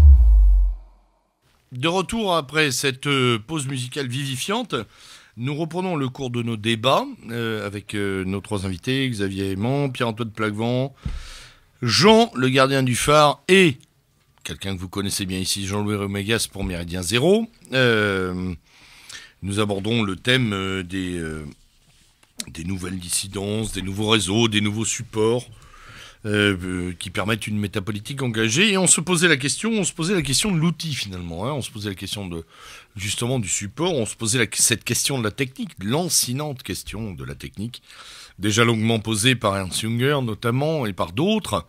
Pierre-Antoine, tu avais une réflexion à faire sur ce plan-là. Justement, donc sur cette question de la technique, par rapport à ce qu'a dit notre camarade Xavier sur le fait qu'il y avait plus de culture classique et la culture du livre. Mais pour moi, c'est dû au fait qu'il n'y a plus d'intériorité, en fait. Que les gens accordent de moins en moins de temps à cultiver leur être intérieur. Donc en fait, c'est presque, si on parle de la technique, on parle d'Heidegger, on peut parler de la question de l'être, en fait. Et qu'est-ce qui empêche d'être un des outils pour nous empêcher d'être actuellement, c'est justement la technique. Mais paradoxalement, c'est aussi ce qui nous permet à nous, qui sommes des dissidents de l'être, d'une certaine manière, de pouvoir avoir une audience que nous n'aurions pas sans cette technique. Donc, c'est très ambivalent. Voilà, on peut dire, peut-être comme Novalis, à l'ombre de ceux qui nous tuent, croit aussi ceux qui sauvent. Donc, comment ne pas se faire écraser par cet outil technique qui est indispensable pour nous aussi. C'est une vraie question, Jean ? Oui, d'ailleurs, à ce propos, on avait écrit un petit texte, enfin, c'est pas vraiment un texte, mais récemment sur le cercle non conforme, où je disais finalement que c'est vrai que par rapport aux grands médias classiques, nos sites d'information ou de réinformation alternatifs avaient quand même beaucoup de mal à rivaliser. Et c'est vrai que, à l'exception de deux connus d'ailleurs qui sont sur deux sensibilités différentes, ce qui est d'ailleurs aussi assez intéressant, que sont Égalité, Réconciliation et F de Souche, à part ces deux-là, tout le reste est vraiment très très loin quand on regarde les sites de statistiques internet, voilà, bon, c'est quand même encore assez loin. Donc c'est vrai qu'à la fois c'est intéressant internet de passer par là, et c'est vrai que ça nous offre une audience importante, mais comme je le faisais également remarquer dans cet article, bon, donc je le redis à la radio parce qu'après je sais bien que tout le monde ne lit pas ce qu'on a écrit. Les personnalités qui sont quand même connue par Internet, elle était déjà avant. Je pense évidemment, on dit que par exemple le Front National utilise beaucoup Internet, mais bon, le Front National n'a pas attendu Internet pour se faire connaître. Dieudonné, Soral non plus. Et c'est essentiellement eux qui sont connus. Et c'est vrai que le seul mérite revient finalement à F de Souche qui arrive à se faire connaître sans finalement avoir aucune tête de pont, quoi que ce soit. C'est juste un site en fait d'information ou de réinformation. Et en définitive, c'est ça qui est intéressant, c'est que d'abord et avant tout, le média qui a initialement primé pour que ces gens-là soient aussi diffusés par Internet de cette façon-là, c'est la télévision. Et je sais que mon camarade Xavier Mont est un ennemi de la télévision, puisqu'il nous l'avait dit en conférence, et il a bien raison. C'est que le problème aujourd'hui, c'est que la télévision, on n'a pas notre place dessus, à l'exception de quelques web TV ou de quelques sites qui utilisent l'image, comme d'ailleurs les non-alignés ou quelques autres. Pour moi aujourd'hui, c'est vraiment le vrai problème. C'est comment investir ça, parce que même les web TV sont sur le web. Donc en fait, le problème, il est là aussi aujourd'hui. Est-ce que c'est un problème quand on regarde le fait que les quarantenaires, cinquantenaires aujourd'hui passent plusieurs heures devant la télévision, là où leurs enfants passent plusieurs heures devant Internet? Est-ce un problème? Je crois que c'est la différence entre ce que certains ont appelé le consommateur d'images et le prosumeur, celui qui fabrique de l'information en fait. Donc avant on faisait que recevoir de l'information, maintenant ça devient plus interactif, c'est participatif. Mais en même temps, ce que tu dis est très juste, c'est qu'on voit que les médias alternatifs qui fonctionnent le mieux, c'est quand même ceux qui calquent un peu ce fonctionnement de la télévision, qui est un média autoritaire. C'est-à-dire c'est un média qui impose une image et une grille de lecture, et les gens sont plutôt passifs. Et si tu vois Égalité, Réconciliation ou F de Souche, les gens aiment recevoir une information un peu déjà pré-triée, qu'ils vont consommer et qui va pas non plus leur demander peut-être tant d'investissement que ça. Donc c'est peut-être ça aussi. Nous, ce qu'on essaie de mais alors ça fonctionne sur un public plus ou moins convaincu. Donc mais je crois que c'est aussi ça l'écueil actuel, c'est que c'est de rassembler des fans. Voilà, et on prêche souvent des convaincus en fait, ou des gens qui vont dans cette direction. Ça c'est vraiment très important, parce que le risque est en effet d'apporter aux gens ce qu'ils veulent lire. Or ça n'a qu'un intérêt très... On est dans la chaîne ininterrompue du plaisir. Très limité. C'est pour ça que il faut pas hésiter à parfois choquer ou surprendre ou chercher des références au-delà de celles qui sont attendues par notre lectorat. Par exemple, si on parle de cinéma sur Zentropa, on va rarement parler de 300 ou des films qui sont déjà intégrés complètement comme étant des références. 300, c'est pas une référence. En plus, ils sont des mauvais films. Mais c'est nul. C'est nul. Non, mais ce que je veux dire, c'est qu'il faut aller au-delà des références attendues par son lectorat. Et parfois, ça peut être mal compris, mal perçu, mais c'est une nécessité parce que c'est ce qui rend aussi intéressant le site. Or, souvent, les gens ont l'impression qu'ils veulent relire 25 fois la même chose. 25 fois des anecdotes avec des immigrés qui agressent des Français. Bon, bah, une fois qu'on en a vu 50, on n'a peut-être pas besoin d'en lire 250. On a compris le problème. Voilà, que ça puisse être un déclencheur, oui, que ça soit lu en boucle. Voilà, c'est même inquiétant sur le fonctionnement psychologique de la personne qui se complaît dans cette lecture permanente de faits divers. Oui, ce qui est amusant, c'est qu'en fait, on retrouve la même chose sur le support radiophonique, puisque le allemand est... Je me souviens d'un commentaire, je pense que l'auditeur, s'il écoute cette émission, se reconnaîtra, où à un moment, il avait dit, bah, finalement, Méridien Zéro, les émissions littéraires, c'est quand même moins ça, hein, mais Méridien Zéro, c'est quand même de la géopolitique, de la politique, tout. Bah non, je trouve personnellement que nos émissions littéraires, elles sont bien faites, avec des gens qui sont très intéressants, et que du coup, justement, ça force une ouverture sur un domaine qu'on n'a pas à ignorer, qu'on n'a pas à laisser tomber, sous prétexte que ce serait intellectuel ou autre. C'est-à-dire qu'en effet, cette démarche de forcer l'auditorat ou le lectorat à s'ouvrir et à essayer de voir autre chose, c'est une de nos missions. Ça, c'est indéniable. D'ailleurs, à ce propos, je vais tout à fait dans votre sens, puisque moi, un des constats que j'ai fait en tant que jeune militant, jeune squatter de conférences nationalistes, c'est qu'au bout d'un moment, c'est vrai que je le vois aussi en organisant moi-même mes propres conférences, c'est que la question est de savoir le message qu'on porte, quel est l'objectif, etc. Moi, je suis toujours abasourdi, mais je le dis, bon, quitte à ce que ça fasse pas plaisir, mais bon, ça, de toute façon, je m'en fous. C'est que finalement, en quoi c'est intéressant de passer une après-midi à écouter une conférence qui nous explique qu'on est submergé par les immigrés, que machin, que truc, que bidule. On s'en fout. Ce qui nous intéresse, c'est quoi? C'est de savoir que faire pour faire de la politique concrètement, c'est de savoir mener des projets. Pour reconquérir notre souveraineté. Pour reconquérir notre souveraineté, etc., etc. Nous, au CNC, on écrit des textes, en général, on a tendance à aller contre le sens du vent par rapport à ce qui est... Par exemple, moi j'ai critiqué la notion de racisme anti-blanc. Je pense pas que vous vouliez que je m'étale dessus, mais Non. Le principe, c'est pas de relancer ces débats-là. Voilà. Mais de la même manière qu'on a eu une attitude assez distanciée sur la quenelle, par exemple. Oui, voilà. Si vous voulez, au bout d'un moment, il faut prendre de la distance sur certaines choses et se dire aussi, on a des choses à proposer qui sont les nôtres. On est là aussi pour faire réfléchir les gens. Et quand on est un média, pour moi, marqué politiquement, est-ce qu'on n'a pas plutôt un objectif de formation et de réflexion qu'un objectif de donner aux gens uniquement de ce qu'ils ont envie d'entendre, etc. Enfin, moi, c'est vraiment le problème. Il n'y a pas vraiment d'article sur le cercle non conforme où on explique en long, large, en travers que la France a perdu sa souveraineté, que si, que là, que machin. Je pense que tout le monde le sait et que les gens qui vont sur le cercle non conforme le savent. Par contre, je finis juste. Ce qui m'intéresse, c'est de voir que quand je vois les j'aime Facebook, ça vaut ce que ça vaut, mais bon, c'est toujours intéressant. Je suis absolument étonné, et d'ailleurs positivement étonné, par la diversité des profils qui vont cliquer j'aime sur la page. Mais moi, ça me peut avoir un type qui s'appelle Hichem avec un ananas en avatar. Après, j'ai un type qui s'appelle Mon Gros Loup, machin, un nom complètement débile. Et puis après, j'ai des gens très sérieux avec leur compte personnel. J'ai des gens qui vont être très marqués avec des blasons d'une certaine période que je ne nommerai pas, etc., etc. On a un profil, mais qui est absolument... je suis incapable de vous profiler le lecteur moyen, en fait. Et justement, moi, c'est ça qui m'intéresse. C'est qu'à partir du moment où les gens ont accroché le wagon en se disant on se fout de notre gueule, c'est quoi ce monde, etc. Ils ont soif en fait de lire des réflexions, etc.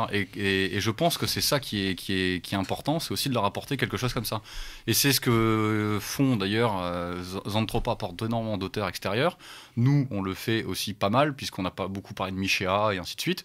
Et c'est vrai que les non-alignés font la même chose, ils n'hésitent pas à aller voir des gens il y a eu l'interview d'Éric Nolot, etc. Bon, je me dis, il y a quand même des choses plus intéressantes à faire qu'à répéter 1000 fois le même discours que tout le monde sait déjà, quoi. Ou inviter 1000 fois le même mec. Ouais. Oui, Xavier. Ce que tu dis, c'est intéressant parce que ça soulève aussi la question de comment mesurer la portée de nos activités. C'est-à-dire comment mesurer en termes d'efficacité, entre guillemets, même si c'est un mot un peu compliqué. Militante, non, efficacité militante. Voilà, efficacité militante, parce qu'on peut en effet prendre des données chiffrées. C'est-à-dire, moi, j'ai un site qui marche, je fais 50 000 par jour, donc ce que je fais est utile. Oui, très bien, mais enfin, c'est un peu limitatif. Parce que le lectorat, la simple lecture, n'est pas en soi un acte militant. Et ça ne vaut pas accord. Donc c'est très difficile de déterminer l'impact d'un site sur, en tout cas, le changement de mentalité ou l'investissement ou l'engagement des gens. Donc c'est parfois même un peu frustrant parce qu'on peut parfois avoir l'impression de faire des choses un peu dans le vide. Par exemple, Zentropa, on a des chiffres de fréquentation assez conséquent, mais enfin c'est pas énorme, c'est évidemment pas du niveau d'égalité, réconciliation, etc. Par contre, qu'est-ce qu'on peut voir qui peut être des satisfactions, c'est voir des gens venir dans les activités militantes, rencontrer des gens, moi ça m'est arrivé, qui disent on avait un peu abandonné le militantisme, Zentropa nous a ramené au militantisme. Alors ça, c'est un compliment extraordinaire pour nous. Et ce genre de choses, c'est pas quantifiable. Donc il ne faut pas non plus être obsédé par la question du chiffre. Le nombre de clics sur une vidéo, très bien. Évidemment, ça fait plaisir. Évidemment, ça donne une idée de la diffusion. Ça donne pas forcément une idée de l'impact. Oui, alors rappelons que nous avons quand même fait toujours partie de ces familles de minorités décidées. Donc on n'est pas non plus là pour être active. Donc on n'est pas forcément là non plus pour toucher le plus grand nombre. Enfin, en tout cas, le plus grand nombre n'est pas la cible prioritaire. On essaie de faire levier pour engager des gens dans d'autres réflexions. Oui, Pierre-Antoine. Sur cette idée, la masse est toujours passive généralement. Enfin, c'est toujours l'aristocratie militante qui est active. Et on peut se poser aussi la question des objectifs. Tu parles de toi, ta plus grande satisfaction, Xavier, c'est quand tu arrives quand quelqu'un te dit je suis revenu au militantisme. Mais pour peut-être que beaucoup des médias alternatifs plus mainstream, on pourrait dire, c'est peut-être pas ça leur but aussi. Oui, bien sûr. Donc du coup, il est là aussi la différence, c'est que nous on a quand même une démarche qui est d'abord une démarche idéaliste en fait. Donc on fonctionne moins sur des critères effectivement de rentabilité, de quantité, plus matériel en fait. Mais on doit apprendre à les maîtriser pour se faire entendre, mais ce sera peut-être toujours ça la différence. mais si on peut voir, moi je pense qu'il y a plusieurs strates de public en fait. Il y a le public, des gens qui veulent juste des informations alternatives à consommer ou du contenu médiatique à consommer, des gens plus actifs, plus participatifs, et après vraiment une minorité qui elle veut vraiment être formée pour pouvoir agir sur son quotidien et même sur son être. Mais chez qui ça personnel. fera naître un déclic Voilà. plus formateur. C'est comme on nous traite souvent de nébuleuse, mais cette image est pas aussi mauvaise que ça. Parce que Et puis d'ailleurs, c'est très bien. Oui. c'est très bien. Ça me Enfin, dérange pas. c'est une figure qu'on retrouve partout dans le cosmos, on pourrait dire. Et donc il y a les branches les plus éloignées, bah, c'est les gens qui sont passifs. Et puis le centre de gravité, bah, il est au centre. Et forcément, on est moins nombreux. Enfin, je pense que tous là autour de cette table, on est dans cette dynamique d'essayer de créer un centre de gravité métapolitique un peu en fait. Après, Je suis parfaitement d'accord. On parlait. Oui, Jean. Oui, en fait, juste une petite remarque, c'est qu'en fait, tout ce qu'on décrit ici, c'est ce qu'on appelle effectivement, comme tout le monde le sait, la fameuse métapolitique. Et pour moi, c'est un élément... Oh, qui est censé se renouveler pour moi. À mon avis, c'est Oui, vraiment un support à renouveler. Oui, c'est à renouveler. Et C'est pas à dater dans le temps. Et c'est vrai que derrière tout ça, il y a cette question, enfin c'est une question assez large, mais il y a tout ce qui est la question du soft power. Et c'est finalement la capacité à arriver à ses fins par la séduction et le fait d'être attractif, de séduire, etc. Donc comme qui a été un concept créé en 1990 par les Américains. Et c'est ça qui est intéressant parce que qu'est-ce que le soft power? C'est justement ça, cette capacité à influencer sans avoir besoin de recourir au hard power, c'est-à-dire la force. Et aujourd'hui, moi, ce que je constate effectivement, c'est que tous autant que nous sommes, nous évoluons à notre modeste niveau en fait, c'est une forme de soft power, tout ce que nous faisons, pour influencer des milieux militants. Et ça fonctionne à certains moments. Et je pense que c'est ça qui est intéressant, parce que pour moi, aujourd'hui, et ça a été théorisé dans les années... Pourquoi ça a été théorisé en 1990 par les États-Unis? Parce qu'on était dans une pleine période où il y avait des gens qui réfléchissaient aux États-Unis, qui étaient les déclinistes sur la puissance américaine, etc., depuis les années 70.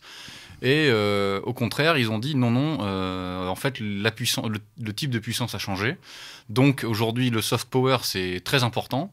On est puissant quand on est capable de proposer son modèle et qu'il est attractif pour d'autres populations. Et finalement, on s'est rendu compte qu'aux États-Unis, ça a bien fonctionné, puisque nous, on est totalement américanisés, y compris dans nos milieux militants. Et d'une certaine façon, c'est ça qui a fonctionné. Et pourquoi, par exemple, la Russie a une telle attractivité? Parce que la Russie a un soft power différent. C'est la religion, la patrie, etc. Enfin, des trucs un peu... Ouais, les sports de combat, les spésnats. Voilà. Donc ça, c'est un soft power... Poutine chevauchant un ours Kodiak, enfin bon. Ouais. Donc ça, c'est le soft power russe qui va valoriser toutes ces vies. Moi, ça me fait penser au général Custer, vous savez, sur son cheval. C'est pareil, c'est les mêmes images, le Far West, quoi. C'est pas faux. Mais Far East, pardon. C'est vrai que ça va valoriser toutes ces choses que certains Européens de l'Ouest regrettent d'avoir perdu, la religion, la patrie, etc. Donc ça fonctionne auprès de cette population. C'est pour ça que ça a un poids d'ailleurs dans nos milieux. Faut pas se mentir. Mais d'une manière générale, cette question du soft power est la plus importante, parce que je pense qu'aujourd'hui, c'est une conviction personnelle, et on va pas dire... Enfin, je dis pas ça en étant simplement derrière mon ordinateur, mais parce que je suis aussi amené à être sur le terrain.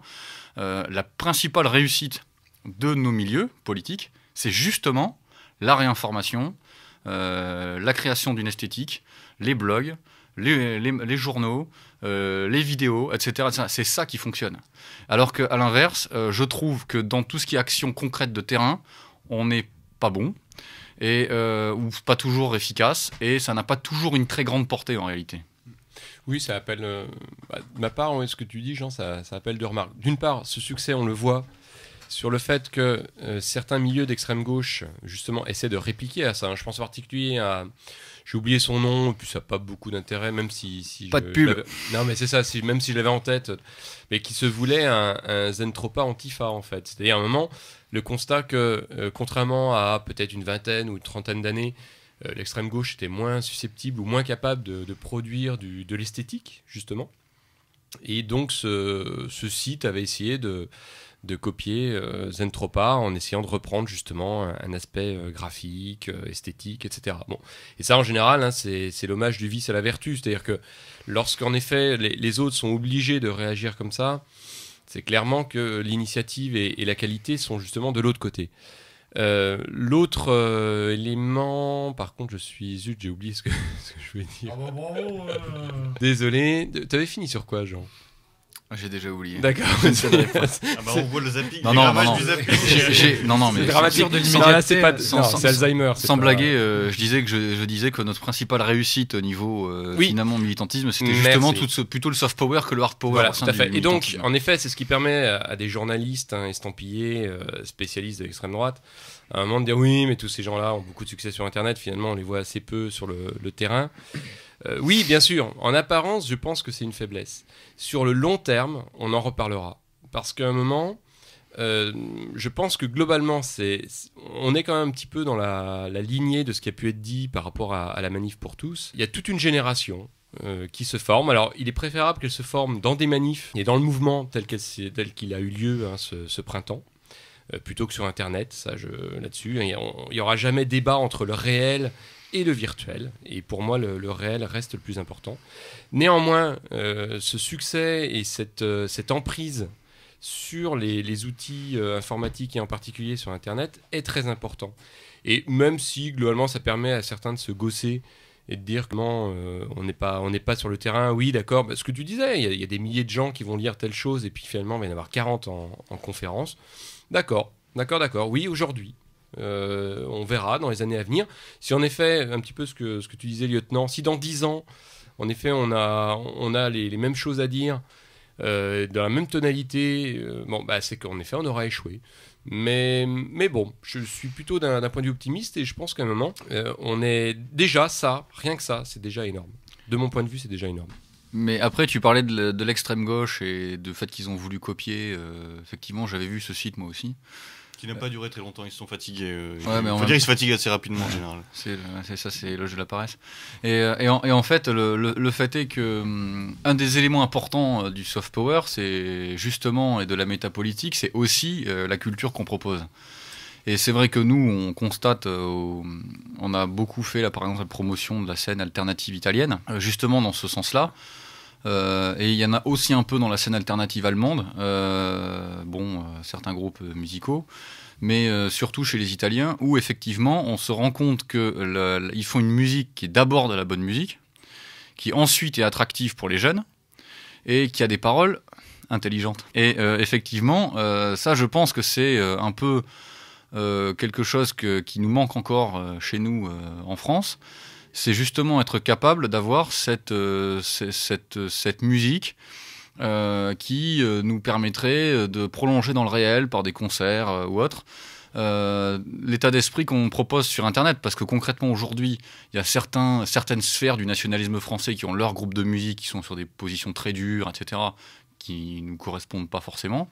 Mais nous, nous autres, tout ce qui est non conforme, non aligné, Zentropa et ainsi de suite, on n'a pas véritablement en France de groupes qui sont à notre image. Et ça, je pense que c'est un vrai problème, et c'est pas faute d'ailleurs d'essayer dans le Nord de trouver des bonnes volontés pour monter quelque chose, mais on se rend compte que c'est très difficile de monter des projets, de les tenir dans le long terme. D'ailleurs, c'est ce que disait au tout début de l'émission Xavier, c'est cette question du travail. C'est-à-dire se dire, voilà, maintenant je vais sacrifier oui, c'est un peu du sacrifice aujourd'hui, mais sacrifier du temps libre personnel, etc., pour faire des projets, etc. Bon, moi, je fais souvent une réflexion qui, moi, je m'étonne toujours de voir que Monsieur Tout-le-Monde est capable d'aller à ses entraînements de foot 3 fois par semaine, de faire le match le dimanche, de payer sa cotisation 200 € par an, et qu'un militant qui est censé être quelqu'un qui a compris le monde dans lequel il vit, qui veut se battre pour ça, faut y aller c'est difficile de le faire travailler régulièrement, etc., etc. Et c'est pour ça qu'il faut trouver d'autres façons de faire qui sont aussi parce que c'est vrai que le militantisme aujourd'hui n'est pas un plaisir pour beaucoup, et c'est pour ça qu'il faut trouver des façons de faire qui prolongent ce que nous faisons sur Internet, qui le prolongent dans le réel, et c'est ce qu'on essaye un peu d'ailleurs de faire tous autant qu'on est. Oui, Xavier. Que la musique, en effet, c'est une question fondamentale. Un des problèmes en France, c'est peut-être que ce sont des militants qui décident de faire de la musique militante. Alors qu'en Italie, ce sont des musiciens qui font de la musique engagée. Forcément, ça ne donne pas le même résultat. Et aujourd'hui, il me semble qu'en France, ce qui manque, en fait, c'est des gens qui ont en effet des talents musicaux, artistiques, etc., qui pourraient mettre au service d'idées. Parce qu'on peut pas faire l'inverse, quoi. C'est-à-dire, on va pas faire une réunion et dire, toi, tu vas faire de la poésie identitaire, toi, tu vas faire de la littérature. Il faut qu'à la base, il y ait quand même des talents. Et ces talents, peut-être qu'aujourd'hui, on est un peu dans une situation basse à ce niveau-là, dans le domaine culturel. On a des très bons analystes, on a des très bons journalistes, etc. Mais dans le domaine de la musique et de la création artistique, pour l'instant, je vois pas grande proposition de notre côté. Et ça, c'est vrai que ça c'est une de nos grandes faiblesses, parce que dans cette construction d'une contre-culture, il y a un pan qui manque. Il y a un pan qui manque, un pan important. Ou disons même d'une contre-culture, même plutôt d'une avant-garde d'ailleurs, parce que comme on l'avait. Oui, je sais que tu n'aimes pas le terme de contre-culture. Bah, c'est un peu ghetto, mais effectivement, c'est vrai que c'est à la fois une contre-culture, mais qui doit aussi être une avant-garde. Et nous, c'est-à-dire que porter une avant-garde, c'est ce qu'on essaye tous de faire, en menant une réflexion sur le réel. Mais c'est pas forcément facile parce qu'il faut les leviers nécessaires pour, et qu'on les a pas forcément tous encore. Oui, Xavier. Je voudrais juste revenir pardon, Pierre-Antoine. Mais est-ce que c'est pas on paye pas aussi un fait propre presque à l'identité française depuis des décennies, en fait, ce problème culturel. Enfin, qu'est-ce qui fait que même nous, plus jeunes, on a toujours cherché quand même nos référents contre-culturels ou alternatifs, souvent ailleurs en Europe que en France. Enfin, pas pour tout le monde, enfin, en tout cas. Oui. Ou alors je dois commencer à être très vieux. Hein, oui. Jean-Louis, parce que moi il me semblait que on était majoritairement sur du français, nous. Quand on parlait, le camarade parlait du black metal ou c'est souvent, toutes les cultures alternatives intéressantes contemporaines souvent viennent d'autres pays que la France. Et la France peine à suivre. Anglo-saxon, nordique, machin. Etc. Oui, ou beaucoup allemand pour tout ce qui est italien aujourd'hui. Italien, voilà. Non, mais c'est problématique. C'est vrai que je rejoins Pierre-Antoine sur cet aspect-là. C'est vrai que la France, je trouve que c'est pas forcément déjà facile à chanter le français. Enfin, je vous le dis, tu sais ce que disait John Lennon, hein. Il n'y a pas de baguette à Londres, il n'y a pas de rock à Paris, quoi. Non, mais tout à fait. C'est vrai que les Français sont pas forcément d'accord. Par contre, c'est vrai qu'on peut avoir parfois dans certains domaines.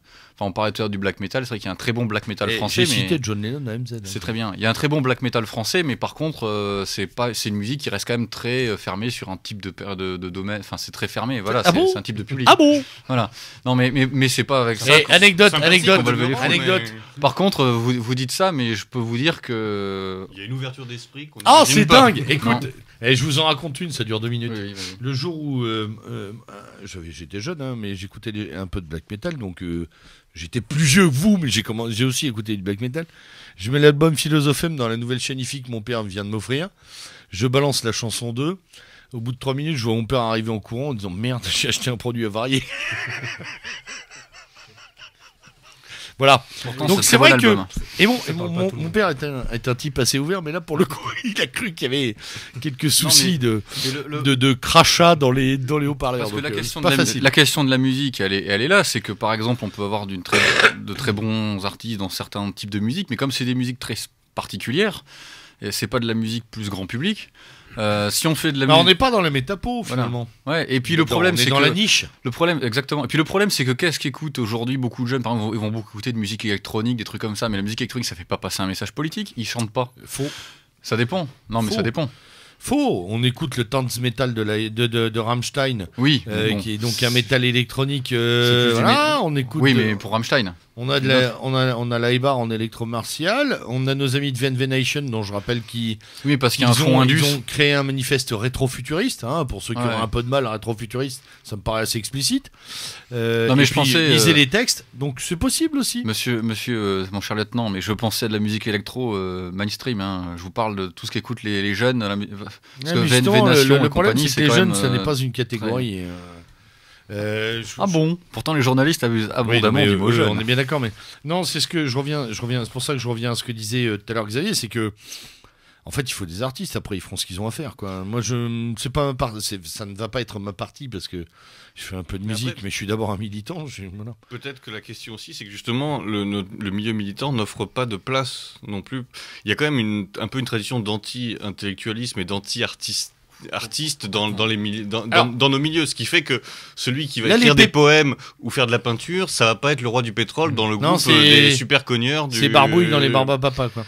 Mais donc, c'est peut-être ça aussi qui fait que les gens hésitent un peu, peut-être aussi à faire intervenir leur art ou leur intérêt pour l'art dans la sphère militante, quoi. Puis-je préciser une chose, Xavier, c'est que c'est quand même quelque chose qui est assez récent, fin des années 80, ce genre de truc.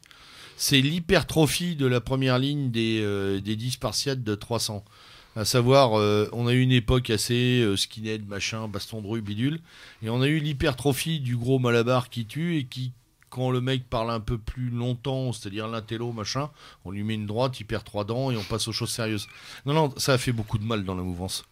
Oui, je ne vise personne, je ne critique personne, j'ai eu la boule à zéro à une époque, on a tous eu des cheveux très courts et des bottes très longues, ça a été un passage, je regrette absolument rien. Je dis qu'à un moment, on a substitué l'image du révolutionnaire militant qui était aussi un homme de lettres, qui était aussi quelqu'un, que ce soit dans une strate populaire ou une strate bourgeoise, on s'en fout complètement. C'est-à-dire, c'était des gens qui essayaient de travailler à une élite populaire.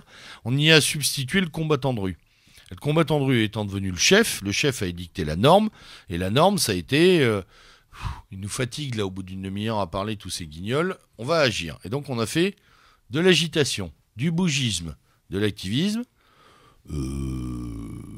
navré de le dire, pas plus rentable que le reste, hein, qui n'a conduit à pas grand-chose de plus. Et pourtant, effectivement, aujourd'hui, on cloisonne beaucoup.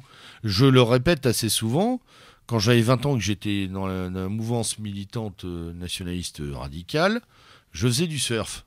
Je fais toujours du surf d'ailleurs. Ça ne suscitait aucun commentaire. Aujourd'hui, si je dis ça, on va me traiter de drogué, de pédé, d'enculé de surfeur, de tapette, d'homme à dreadlocks, je cherche la vague infinie, je veux ressembler à qui. Enfin, voilà. Mais les gars, calmez-vous, hein, bon, c'est un sport de roi à Tahiti. Bon. Non, on va vous traiter de hipster, mon lieutenant. Ah oui, c'est vrai. Avec la barbe. Non, mais on voit une espèce de repli sur tout ce qui n'est pas nous et contre nous. Mais là aussi, donc en fait, on n'attrape plus rien. C'est l'absence de culture et de formation. Les gars, je vous rappelle quand même qu'il y a 30 ans, les FAF écoutaient du ska, une musique de black et dansaient dessus. Ça n'a jamais fait pour autant que les gens deviennent dégénérés. Hein ? Donc là aussi, il y a un apport, il y a une véritable inversion des rapports. Il faut sortir aussi des catégories prédéfinies. Un intellectuel ou quelqu'un en tout cas qui s'intéresse à la culture, ce qui n'est pas la même chose, c'est pas forcément un gringalet de 20 kilos avec des lunettes qui trébuche quand il marche. Nous, dernier point, on a besoin de tout le monde. Oui. Parce que la fameuse phalange des 10 purs, 10 durs, elle a fait quoi ? Sérieusement. C'est même l'inverse. Tous les mouvements révolutionnaires ont toujours été aussi des mouvements d'avant-garde artistique, que ce soit et culturel, voilà, que ce soit les bolcheviques ou les fascistes, ou ça a toujours été le cas. Cette opposition est complètement fausse, quoi. En fait, elle arrange tout le monde. D'un côté, les intellectuels qui se disent nous, on est des intellectuels, donc on met pas les mains dans le cambouis. Ouais, faut pas tremper avec ces cons. Et de l'autre, les activistes et les gros bras qui disent non, mais nous, on n'encule pas les mouches, si on m'excuse cette expression. Nous, on va dans la rue. En plus, il faut voir ce que ça veut dire. On va dans la rue, quoi. Ça veut dire on boit des bières devant un bar, et puis si on a le malheur de croiser un pauvre type qui vient de fermer son épicerie, on lui fait passer un mauvais quart d'heure. C'est pas non plus la prise du palais d'hiver. Hein. Oui. D'ailleurs, moi, il y a deux choses que j'aimerais dire à ce propos, c'est que on a parlé de deux reprises du bougisme, et c'est vrai que quand on étudie au niveau des temps historiques, quand on regarde un peu l'histoire, ce qui fait l'histoire, moi après je suis un inconditionnel de Dominique Vénère, donc bon voilà, au moins ça c'est pas dit. Bien. Voilà, ça c'est dit. Mais c'est vrai que je crois c'est pour nos copains. Je crois aux idées. Val, c'était là. Je crois aux idées, et je crois que c'est les idées qui effectivement influencent. Peut-être que je me trompe, mais moi j'y crois. Et effectivement, quand on prend en histoire, bon, tout le monde connaît Brodel et compagnie. Effectivement, Brodel disait qu'il y avait plusieurs temps historiques. Et le temps de l'agitation de surface, en fait, c'est ce qu'on voit. Voilà, il y a eu telle bataille à tel endroit, etc. Mais en fait, la date du sacre de machin, en fait, bon, souvent on s'en fout. Ce qui est important, c'est les temps longs historiques, les constructions des civilisations. On approche du concept de révolution lente de notre ami Lucien Cerise. Donc c'est ça en fait qui est important. Et donc nous, on veut s'inscrire en fin de compte dans ce temps long. Donc en fait, c'est vrai que ça m'empêche pas de dormir. Quand on vient nous dire que voilà, on se branle la nouille ou je sais pas trop quoi, bon, c'est pas très très grave. Je pense qu'il y a des gens finalement, Lénine s'est branlé la nouille, il a fini par faire la révolution bolchevique après, quoi. Donc, grâce à l'Empire allemand. Voilà, bon, et puis Marx s'est probablement branlé la nouille aussi, et le monde communiste a occupé la moitié du monde. Voilà, donc bon, Non, Marx, il a pas branlé la nouille. Marx, il s'est fait sa bonne. C'est pareil. C'est vrai. Il s'est pas fait la fille de Engels aussi, ou sa femme, je sais plus. Si, c'est possible. En fait, il s'est fait beaucoup de monde. De toute façon, c'est à l'occasion du bar mitzvah. Donc déjà, tout ça pour dire que ce qui reste, en fait, faut voir un peu aussi comme, enfin, c'est un peu la question de la caste des prêtres, etc. C'est que ce qui reste dans le temps, c'est finalement ce qu'on écrit, ce qu'on diffuse comme idée. Ça reste, c'est du concret. La baston du bar d'en face, elle est oubliée le lendemain. Donc c'est vrai que ça déjà c'est une chose. Ce qui reste, c'est les écrits, les idées, ce qu'on diffuse, la façon de voir le monde, etc. C'est ça qui marque en fait les époques. Et quand on fait de l'histoire, qu'est-ce qu'on lit? Bon, on lit les textes. Hein. Donc c'est ça qui reste. Et c'est quand les gens, 40 ans après, lisent un type comme Ellul, qui n'était pas du tout lu de son temps et qui maintenant commençait à être lu.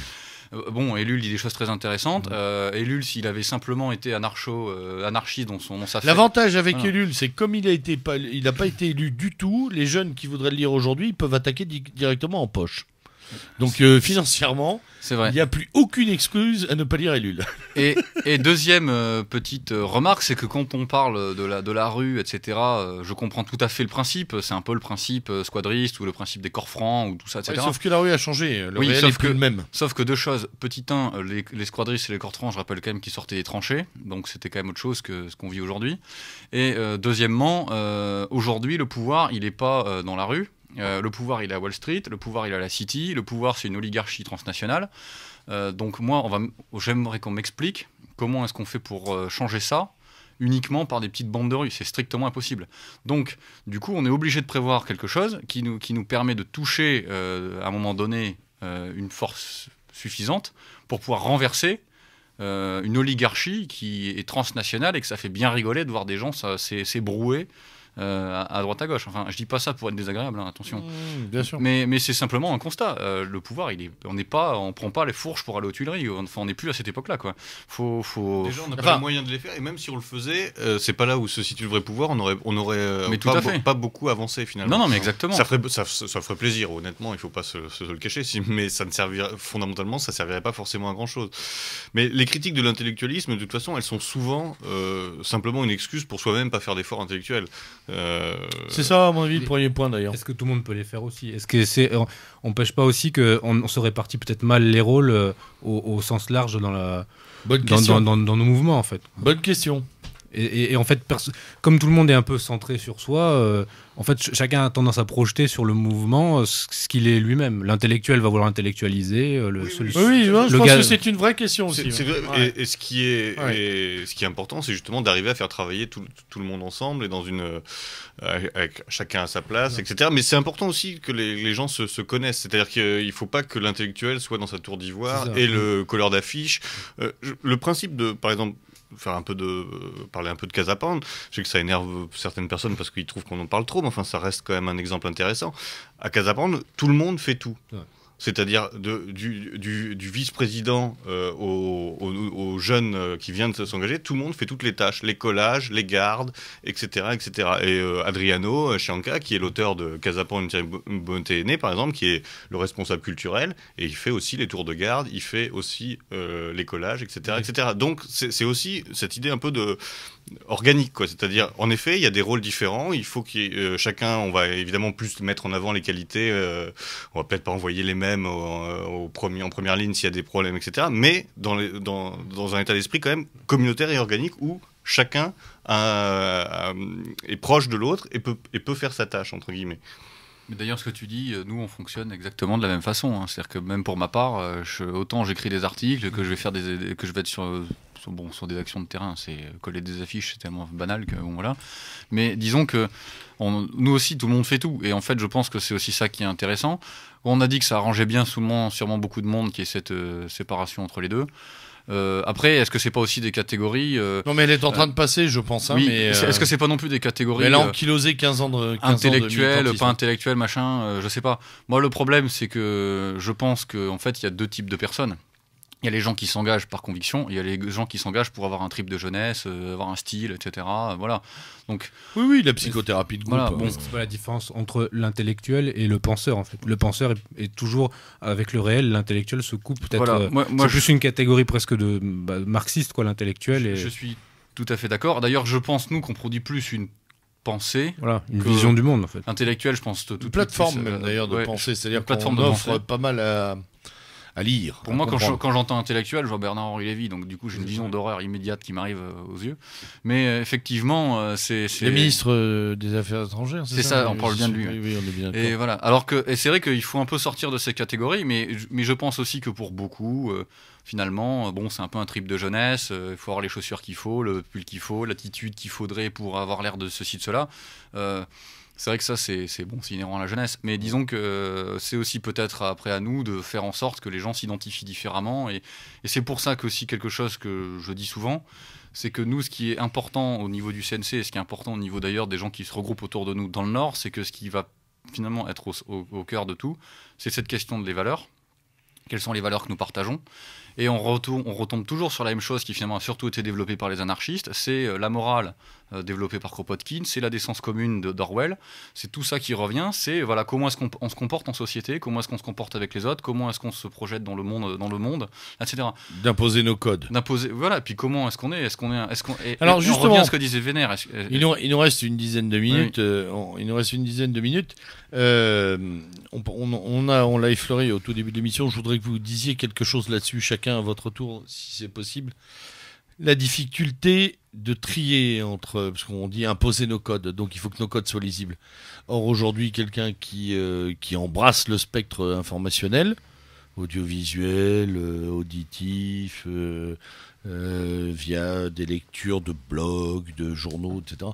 Il a une... Je ne sais même pas si on peut encore utiliser le terme de profusion, de masse, de déferlante informationnelle qui fait que son premier problème, c'est de trouver une grille de tri pertinente, de hiérarchisation derrière, et peut-être ensuite de priorité pour lui. Est-ce que vous avez ne serait-ce que des embryons de recettes, ou en tout cas des processus permettant à nos amis auditeurs d'appliquer quelques règles de sauvegarde, ou en tout cas de ne pas perdre de temps, moins de temps, et de travailler à l'essentiel quand ils font œuvre de travail sur eux-mêmes. Je pense que la première des règles, c'est de passer par des intermédiaires. Moi, je suis pas démocrate en règle générale. Et pas non, a priori, ici, il n'y en a pas des masses. Et pas plus sur Internet. C'est-à-dire que je crois pas du tout en l'idée d'une personne qui va trouver directement, elle, ses informations et qui va se constituer son corpus informatif elle-même. Il faut choisir des intermédiaires, trouver des intermédiaires, en vérifier la qualité et après se fixer à ceci au lieu d'aller partir dans tous les sens. Donc on peut choisir, par exemple, si en termes d'information... C'est dur, c'est de l'anti-zapping, hein. 3 ou 4 sites dont on a vérifié le sérieux et sur lesquels on va aller. Parce que par exemple, on voit les gens maintenant s'informent beaucoup avec Twitter, par exemple. Mais Twitter, n'importe qui lance des tweets qui sont repris, etc. Et évidemment... Question, Xavier, comment vérifie-t-on le sérieux d'un site? Ça, c'est par le temps. Encore une fois. Très bien. Non, mais à mon avis, c'est la donnée fondamentale. Prendre le temps de. C'est par le temps. C'est quand on voit, si on va sur un site et on s'aperçoit au bout de 2 mois que 3 informations sur 4 qu'il a données se sont avérées être des hoax, etc. Bon, bah, on le met de côté. Il faut prendre le temps. Et ça, au début, en effet, on va se tromper. Et après, on s'établit ces 4-5 sites en lesquels on a confiance et qu'on peut sectionner. Mais c'est sûr qu'il y a une nécessité de tri très importante parce que... Très sélectif. On a toujours un peu l'inclinaison, dès qu'il y a une information qui va dans notre sens, à la prendre au premier degré. Là, on a vu l'histoire de, soi-disant, Valérie Trierweiler qui aurait saccagé pour 3 millions d'euros de biens... C'est une vraie banane, ça. Alors là, tout le monde l'a relayé sur Facebook, etc. Parce que ça, vous voyez, elle est hystérique, et puis ça montre Hollande, les méchants socialistes et tout. Et en plus, il casse le mobilier national, vraiment. Ouh là là, c'est pas notre grand Nicolas Sarkozy, le futur sauveur de la France, qui aurait fait des choses pareilles avec sa femme si remarquable, Carla Bruni, la chanteuse à faune. Et donc, tout le monde était... Ça y est, les gars, Xavier Slash. Tout le monde était très content de cette nouvelle, sauf qu'évidemment, c'est pas vrai. Voilà. Et 3 jours après, sur Oxbuster, on se rend compte que c'est une erreur. Donc il faut aussi avoir du recul par rapport à ce qui nous arrange. Hein. Dès qu'on voit quelque chose qui va trop dans notre sens, il ne faut pas le reprendre à son Attention. compte trop rapidement, parce qu'en plus, après, ça décrédibilise complètement le discours. Donc vraiment, sélectionner des sites sérieux, attendre un peu avant, ne pas réagir forcément immédiatement. Comme pour l'histoire du bijoutier qui tire sur son... toujours essayer d'avoir un temps d'attente au lieu de se déchaîner. Ah là, ça va nous arranger, c'est comme ça, etc. Quitte à pas être dans quitte l'immédiateté. à ce qu'on nous en fasse le reproche. Oui. Et de n'écrire un article ou de présenter une vidéo que 2 à 3 jours après. Oui, mais il vaut mieux avoir avec vérifié de la matière. avec de la matière. Nous ne sommes pas nous ne sommes pas des fruits de cette dictature de l'immédiateté. Nous nous inscrivons dans le temps long au niveau de nos engagements, de nos valeurs. Nous devons le faire aussi dans notre travail quotidien et avoir du recul par rapport aux informations que nous donnons. Pierre-Antoine. Nous, au niveau de notre site, il nous est arrivé de tourner des vidéos où, par exemple, je posais des questions à des intervenants.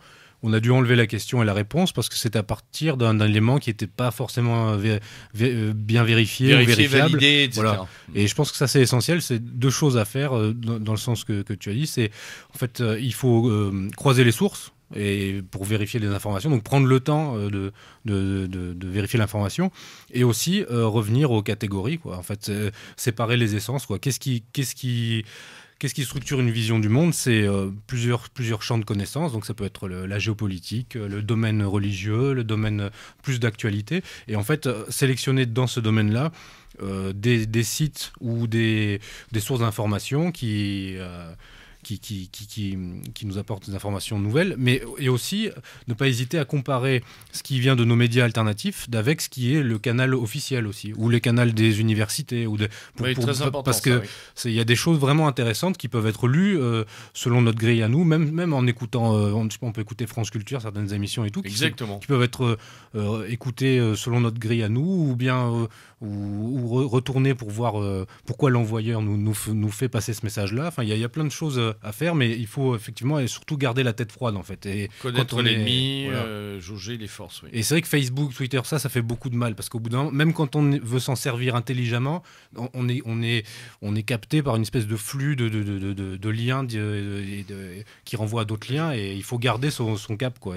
Jean-Yves Le Gallou, dans ses très bonnes chroniques et ses ouvrages sur la désinformation et la réinformation, a toujours mis en garde contre ce qu'il appelle l'emballement médiatique. C'est quand les médias officiels se saisissent d'un fait divers et ça prend des proportions énormes alors que rien n'a été vérifié, etc. Mais Leonarda, italienne. Voilà, ce genre de choses. Mais aujourd'hui, on a aussi des emballements numériques. On a des emballements numériques et on a des emballements numériques, y compris dans nos milieux. C'est pire parce que ça va encore plus vite. Et il faut s'en garder de la même façon. Il faut se préserver de ça. Et il faut vraiment avoir la même grille d'analyse qu'on a pour les médias officiels que pour les sources qui nous paraissent plutôt de nos idées ou de nos milieux. Jean ? Oui, ben en fait, c'est vrai que je constate à peu près exactement la même chose sur Facebook, etc. C'est que finalement, moi qui ai par exemple 2 Facebook, un personnel et un plus militant, je constate que sur mon personnel, les trucs qui intéressent les gens sont pas du tout les trucs qui intéressent les gens sur mon Facebook politique. Et non, mais c'est vrai que le schizophrénie bien vécue par beaucoup de gens sur Facebook d'ailleurs. Oui, non, mais c'est-à-dire que les Facebook politiques, vous ajoutez que des gens de vos sensibilités qui partagent toute la journée les mêmes trucs.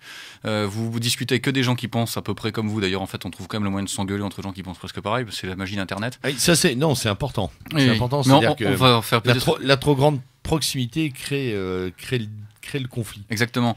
Et à côté de ça, vous allez sur Facebook et vous voyez que les gens n'ont pas du tout la même façon de traiter l'information, pas du tout la même façon de la recevoir, pas du tout la même façon d'apprendre les informations, etc. Et en fin de compte, c'est là qu'on se rend compte qu'on est dans une bulle militante qui s'auto-alimente, mais qui finalement, cette bulle n'a pas encore éclaté. Elle est au visage du monde parce que finalement, elle tourne sur le même, quoi.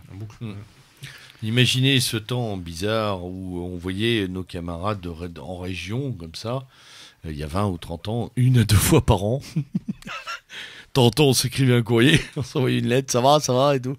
Non, c'est très, très intéressant. Est-ce que c'était pas mieux de certaine manière? Alors, il faut pas être nostalgique, ça n'a aucun intérêt. Quoique. Non, je l'ai été, je m'en suis guéri. Mais comme disent les copains italiens, notre seule nostalgie, c'est celle de l'avenir. Mais Mais non, fondamentalement, sans être nostalgique, on peut avoir des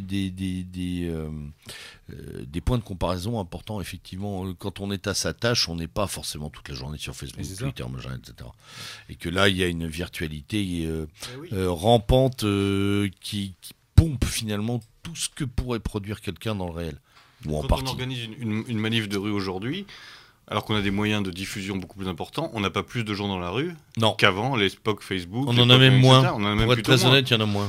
Donc, encore une fois, ça montre la limite de la diffusion, c'est pas l'impact. La diffusion, c'est pas forcément la communication n'est pas le rassemblement. Ouais. Il y a même un problème au niveau des conférences, des choses comme ça. Souvent, les gens, quand on les filme, ils vont se dire, bah oui, mais de toute façon, on le verra sur Internet. Donc, en fait, si on filme... Oui, bien sûr. Il n'y a pas besoin de se déplacer, c'est fait. Donc... Effectivement, ça pose un certain nombre de problèmes. Bon, on arrive au terme de cette émission. Il nous reste quelques minutes. En 30 secondes chacun, quelle est votre actu? Quels sont les prolongements? Alors pour moi, toujours quotidiennement Zentropa, évidemment. Je voudrais juste peut-être conclure sur la fausse dichotomie entre le monde réel et le monde virtuel. Oui. Et les deux sont imbriqués. Aujourd'hui, le monde virtuel fait partie du monde réel, puisque les gens vivent en partie là-dessus, se rencontrent parfois, etc. Donc il ne faut pas faire trop de distinguo, mais l'un doit s'incarner dans l'autre. Et avec la communauté Zentropa, c'est ce qu'on essaie de faire aussi, puisqu'on est tous engagés, évidemment, sur le terrain, et pas seulement derrière nos écrans. Tous ceux qui veulent le vérifier peuvent le faire. Merci Xavier. Alors pour moi, ça sera... Pour les non-alignés, toujours travailler dans le sens d'un soft power qui soit nôtre, continuer à structurer les réseaux au niveau local et plus large, et aussi vraiment investir ce champ de l'art, de la création, mais qui effectivement est souvent parasité par le brouillage intempestif de l'immédiateté. Donc arriver à concilier les deux, quoi, d'un travail. Moi, j'aimerais arriver à produire des documentaires, des choses plus longues ou des textes plus longs sur l'imaginaire européen, des choses comme ça, et actualiser toute cette vision du monde qui est nôtre, et vraiment créer notre propre imaginaire, qui est en nous, mais qu'on doit extérioriser pour le faire connaître aux plus jeunes. Voilà, travailler dans ce sens-là, et tout lier, en fait, quoi. Dans le sens de... Vous aviez invité une fois un intervenant, j'ai oublié son nom, qui anime un site qui s'appelle Metanoia, je ne sais plus. Oui, j'ai oublié son prénom, mais c'était dans L'Homme Programmé. Oui. Et je trouvais ça... Enfin, moi, je suis vraiment sur cette idée, là, c'est le retournement intérieur et à tous les niveaux, quoi, pour réorienter notre société. Très bien, merci. Jean ? Oui, pour notre part, on va continuer ce qu'on fait déjà depuis quelques mois, c'est-à-dire toujours mettre à jour le blog avec les actualités, toujours organiser des conférences, se retrouver dans des randonnées ou dans des moments plus conviviaux, de partage dans le réel.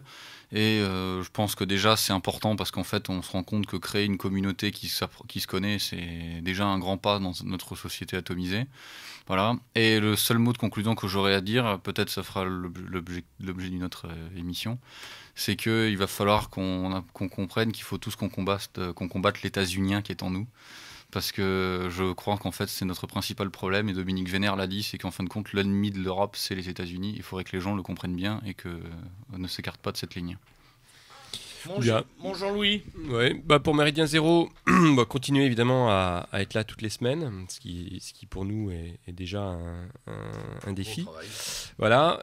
Essayer aussi sans doute plus de transformer en fait cet ensemble d'auditeurs que vous êtes en une communauté. Ce serait peut-être un mot un peu excessif, mais au moins essayer en fait de partir de l'outil de Méridien Zéro sur d'autres choses, qui permettent aussi de développer plus de liens, qui ne soient pas seulement une émission le vendredi soir et le week-end en podcast, pour arriver à quelque chose donc plus organique sans doute, et plus efficace aussi, qui permettent d'amener peut-être au militantisme des gens certains d'entre vous qui ne le penseraient pas tout de suite. Voilà messieurs, je vous remercie tous. Il me reste quelques secondes pour vous saluer et vous dire que je suis très heureux d'avoir animé cette émission.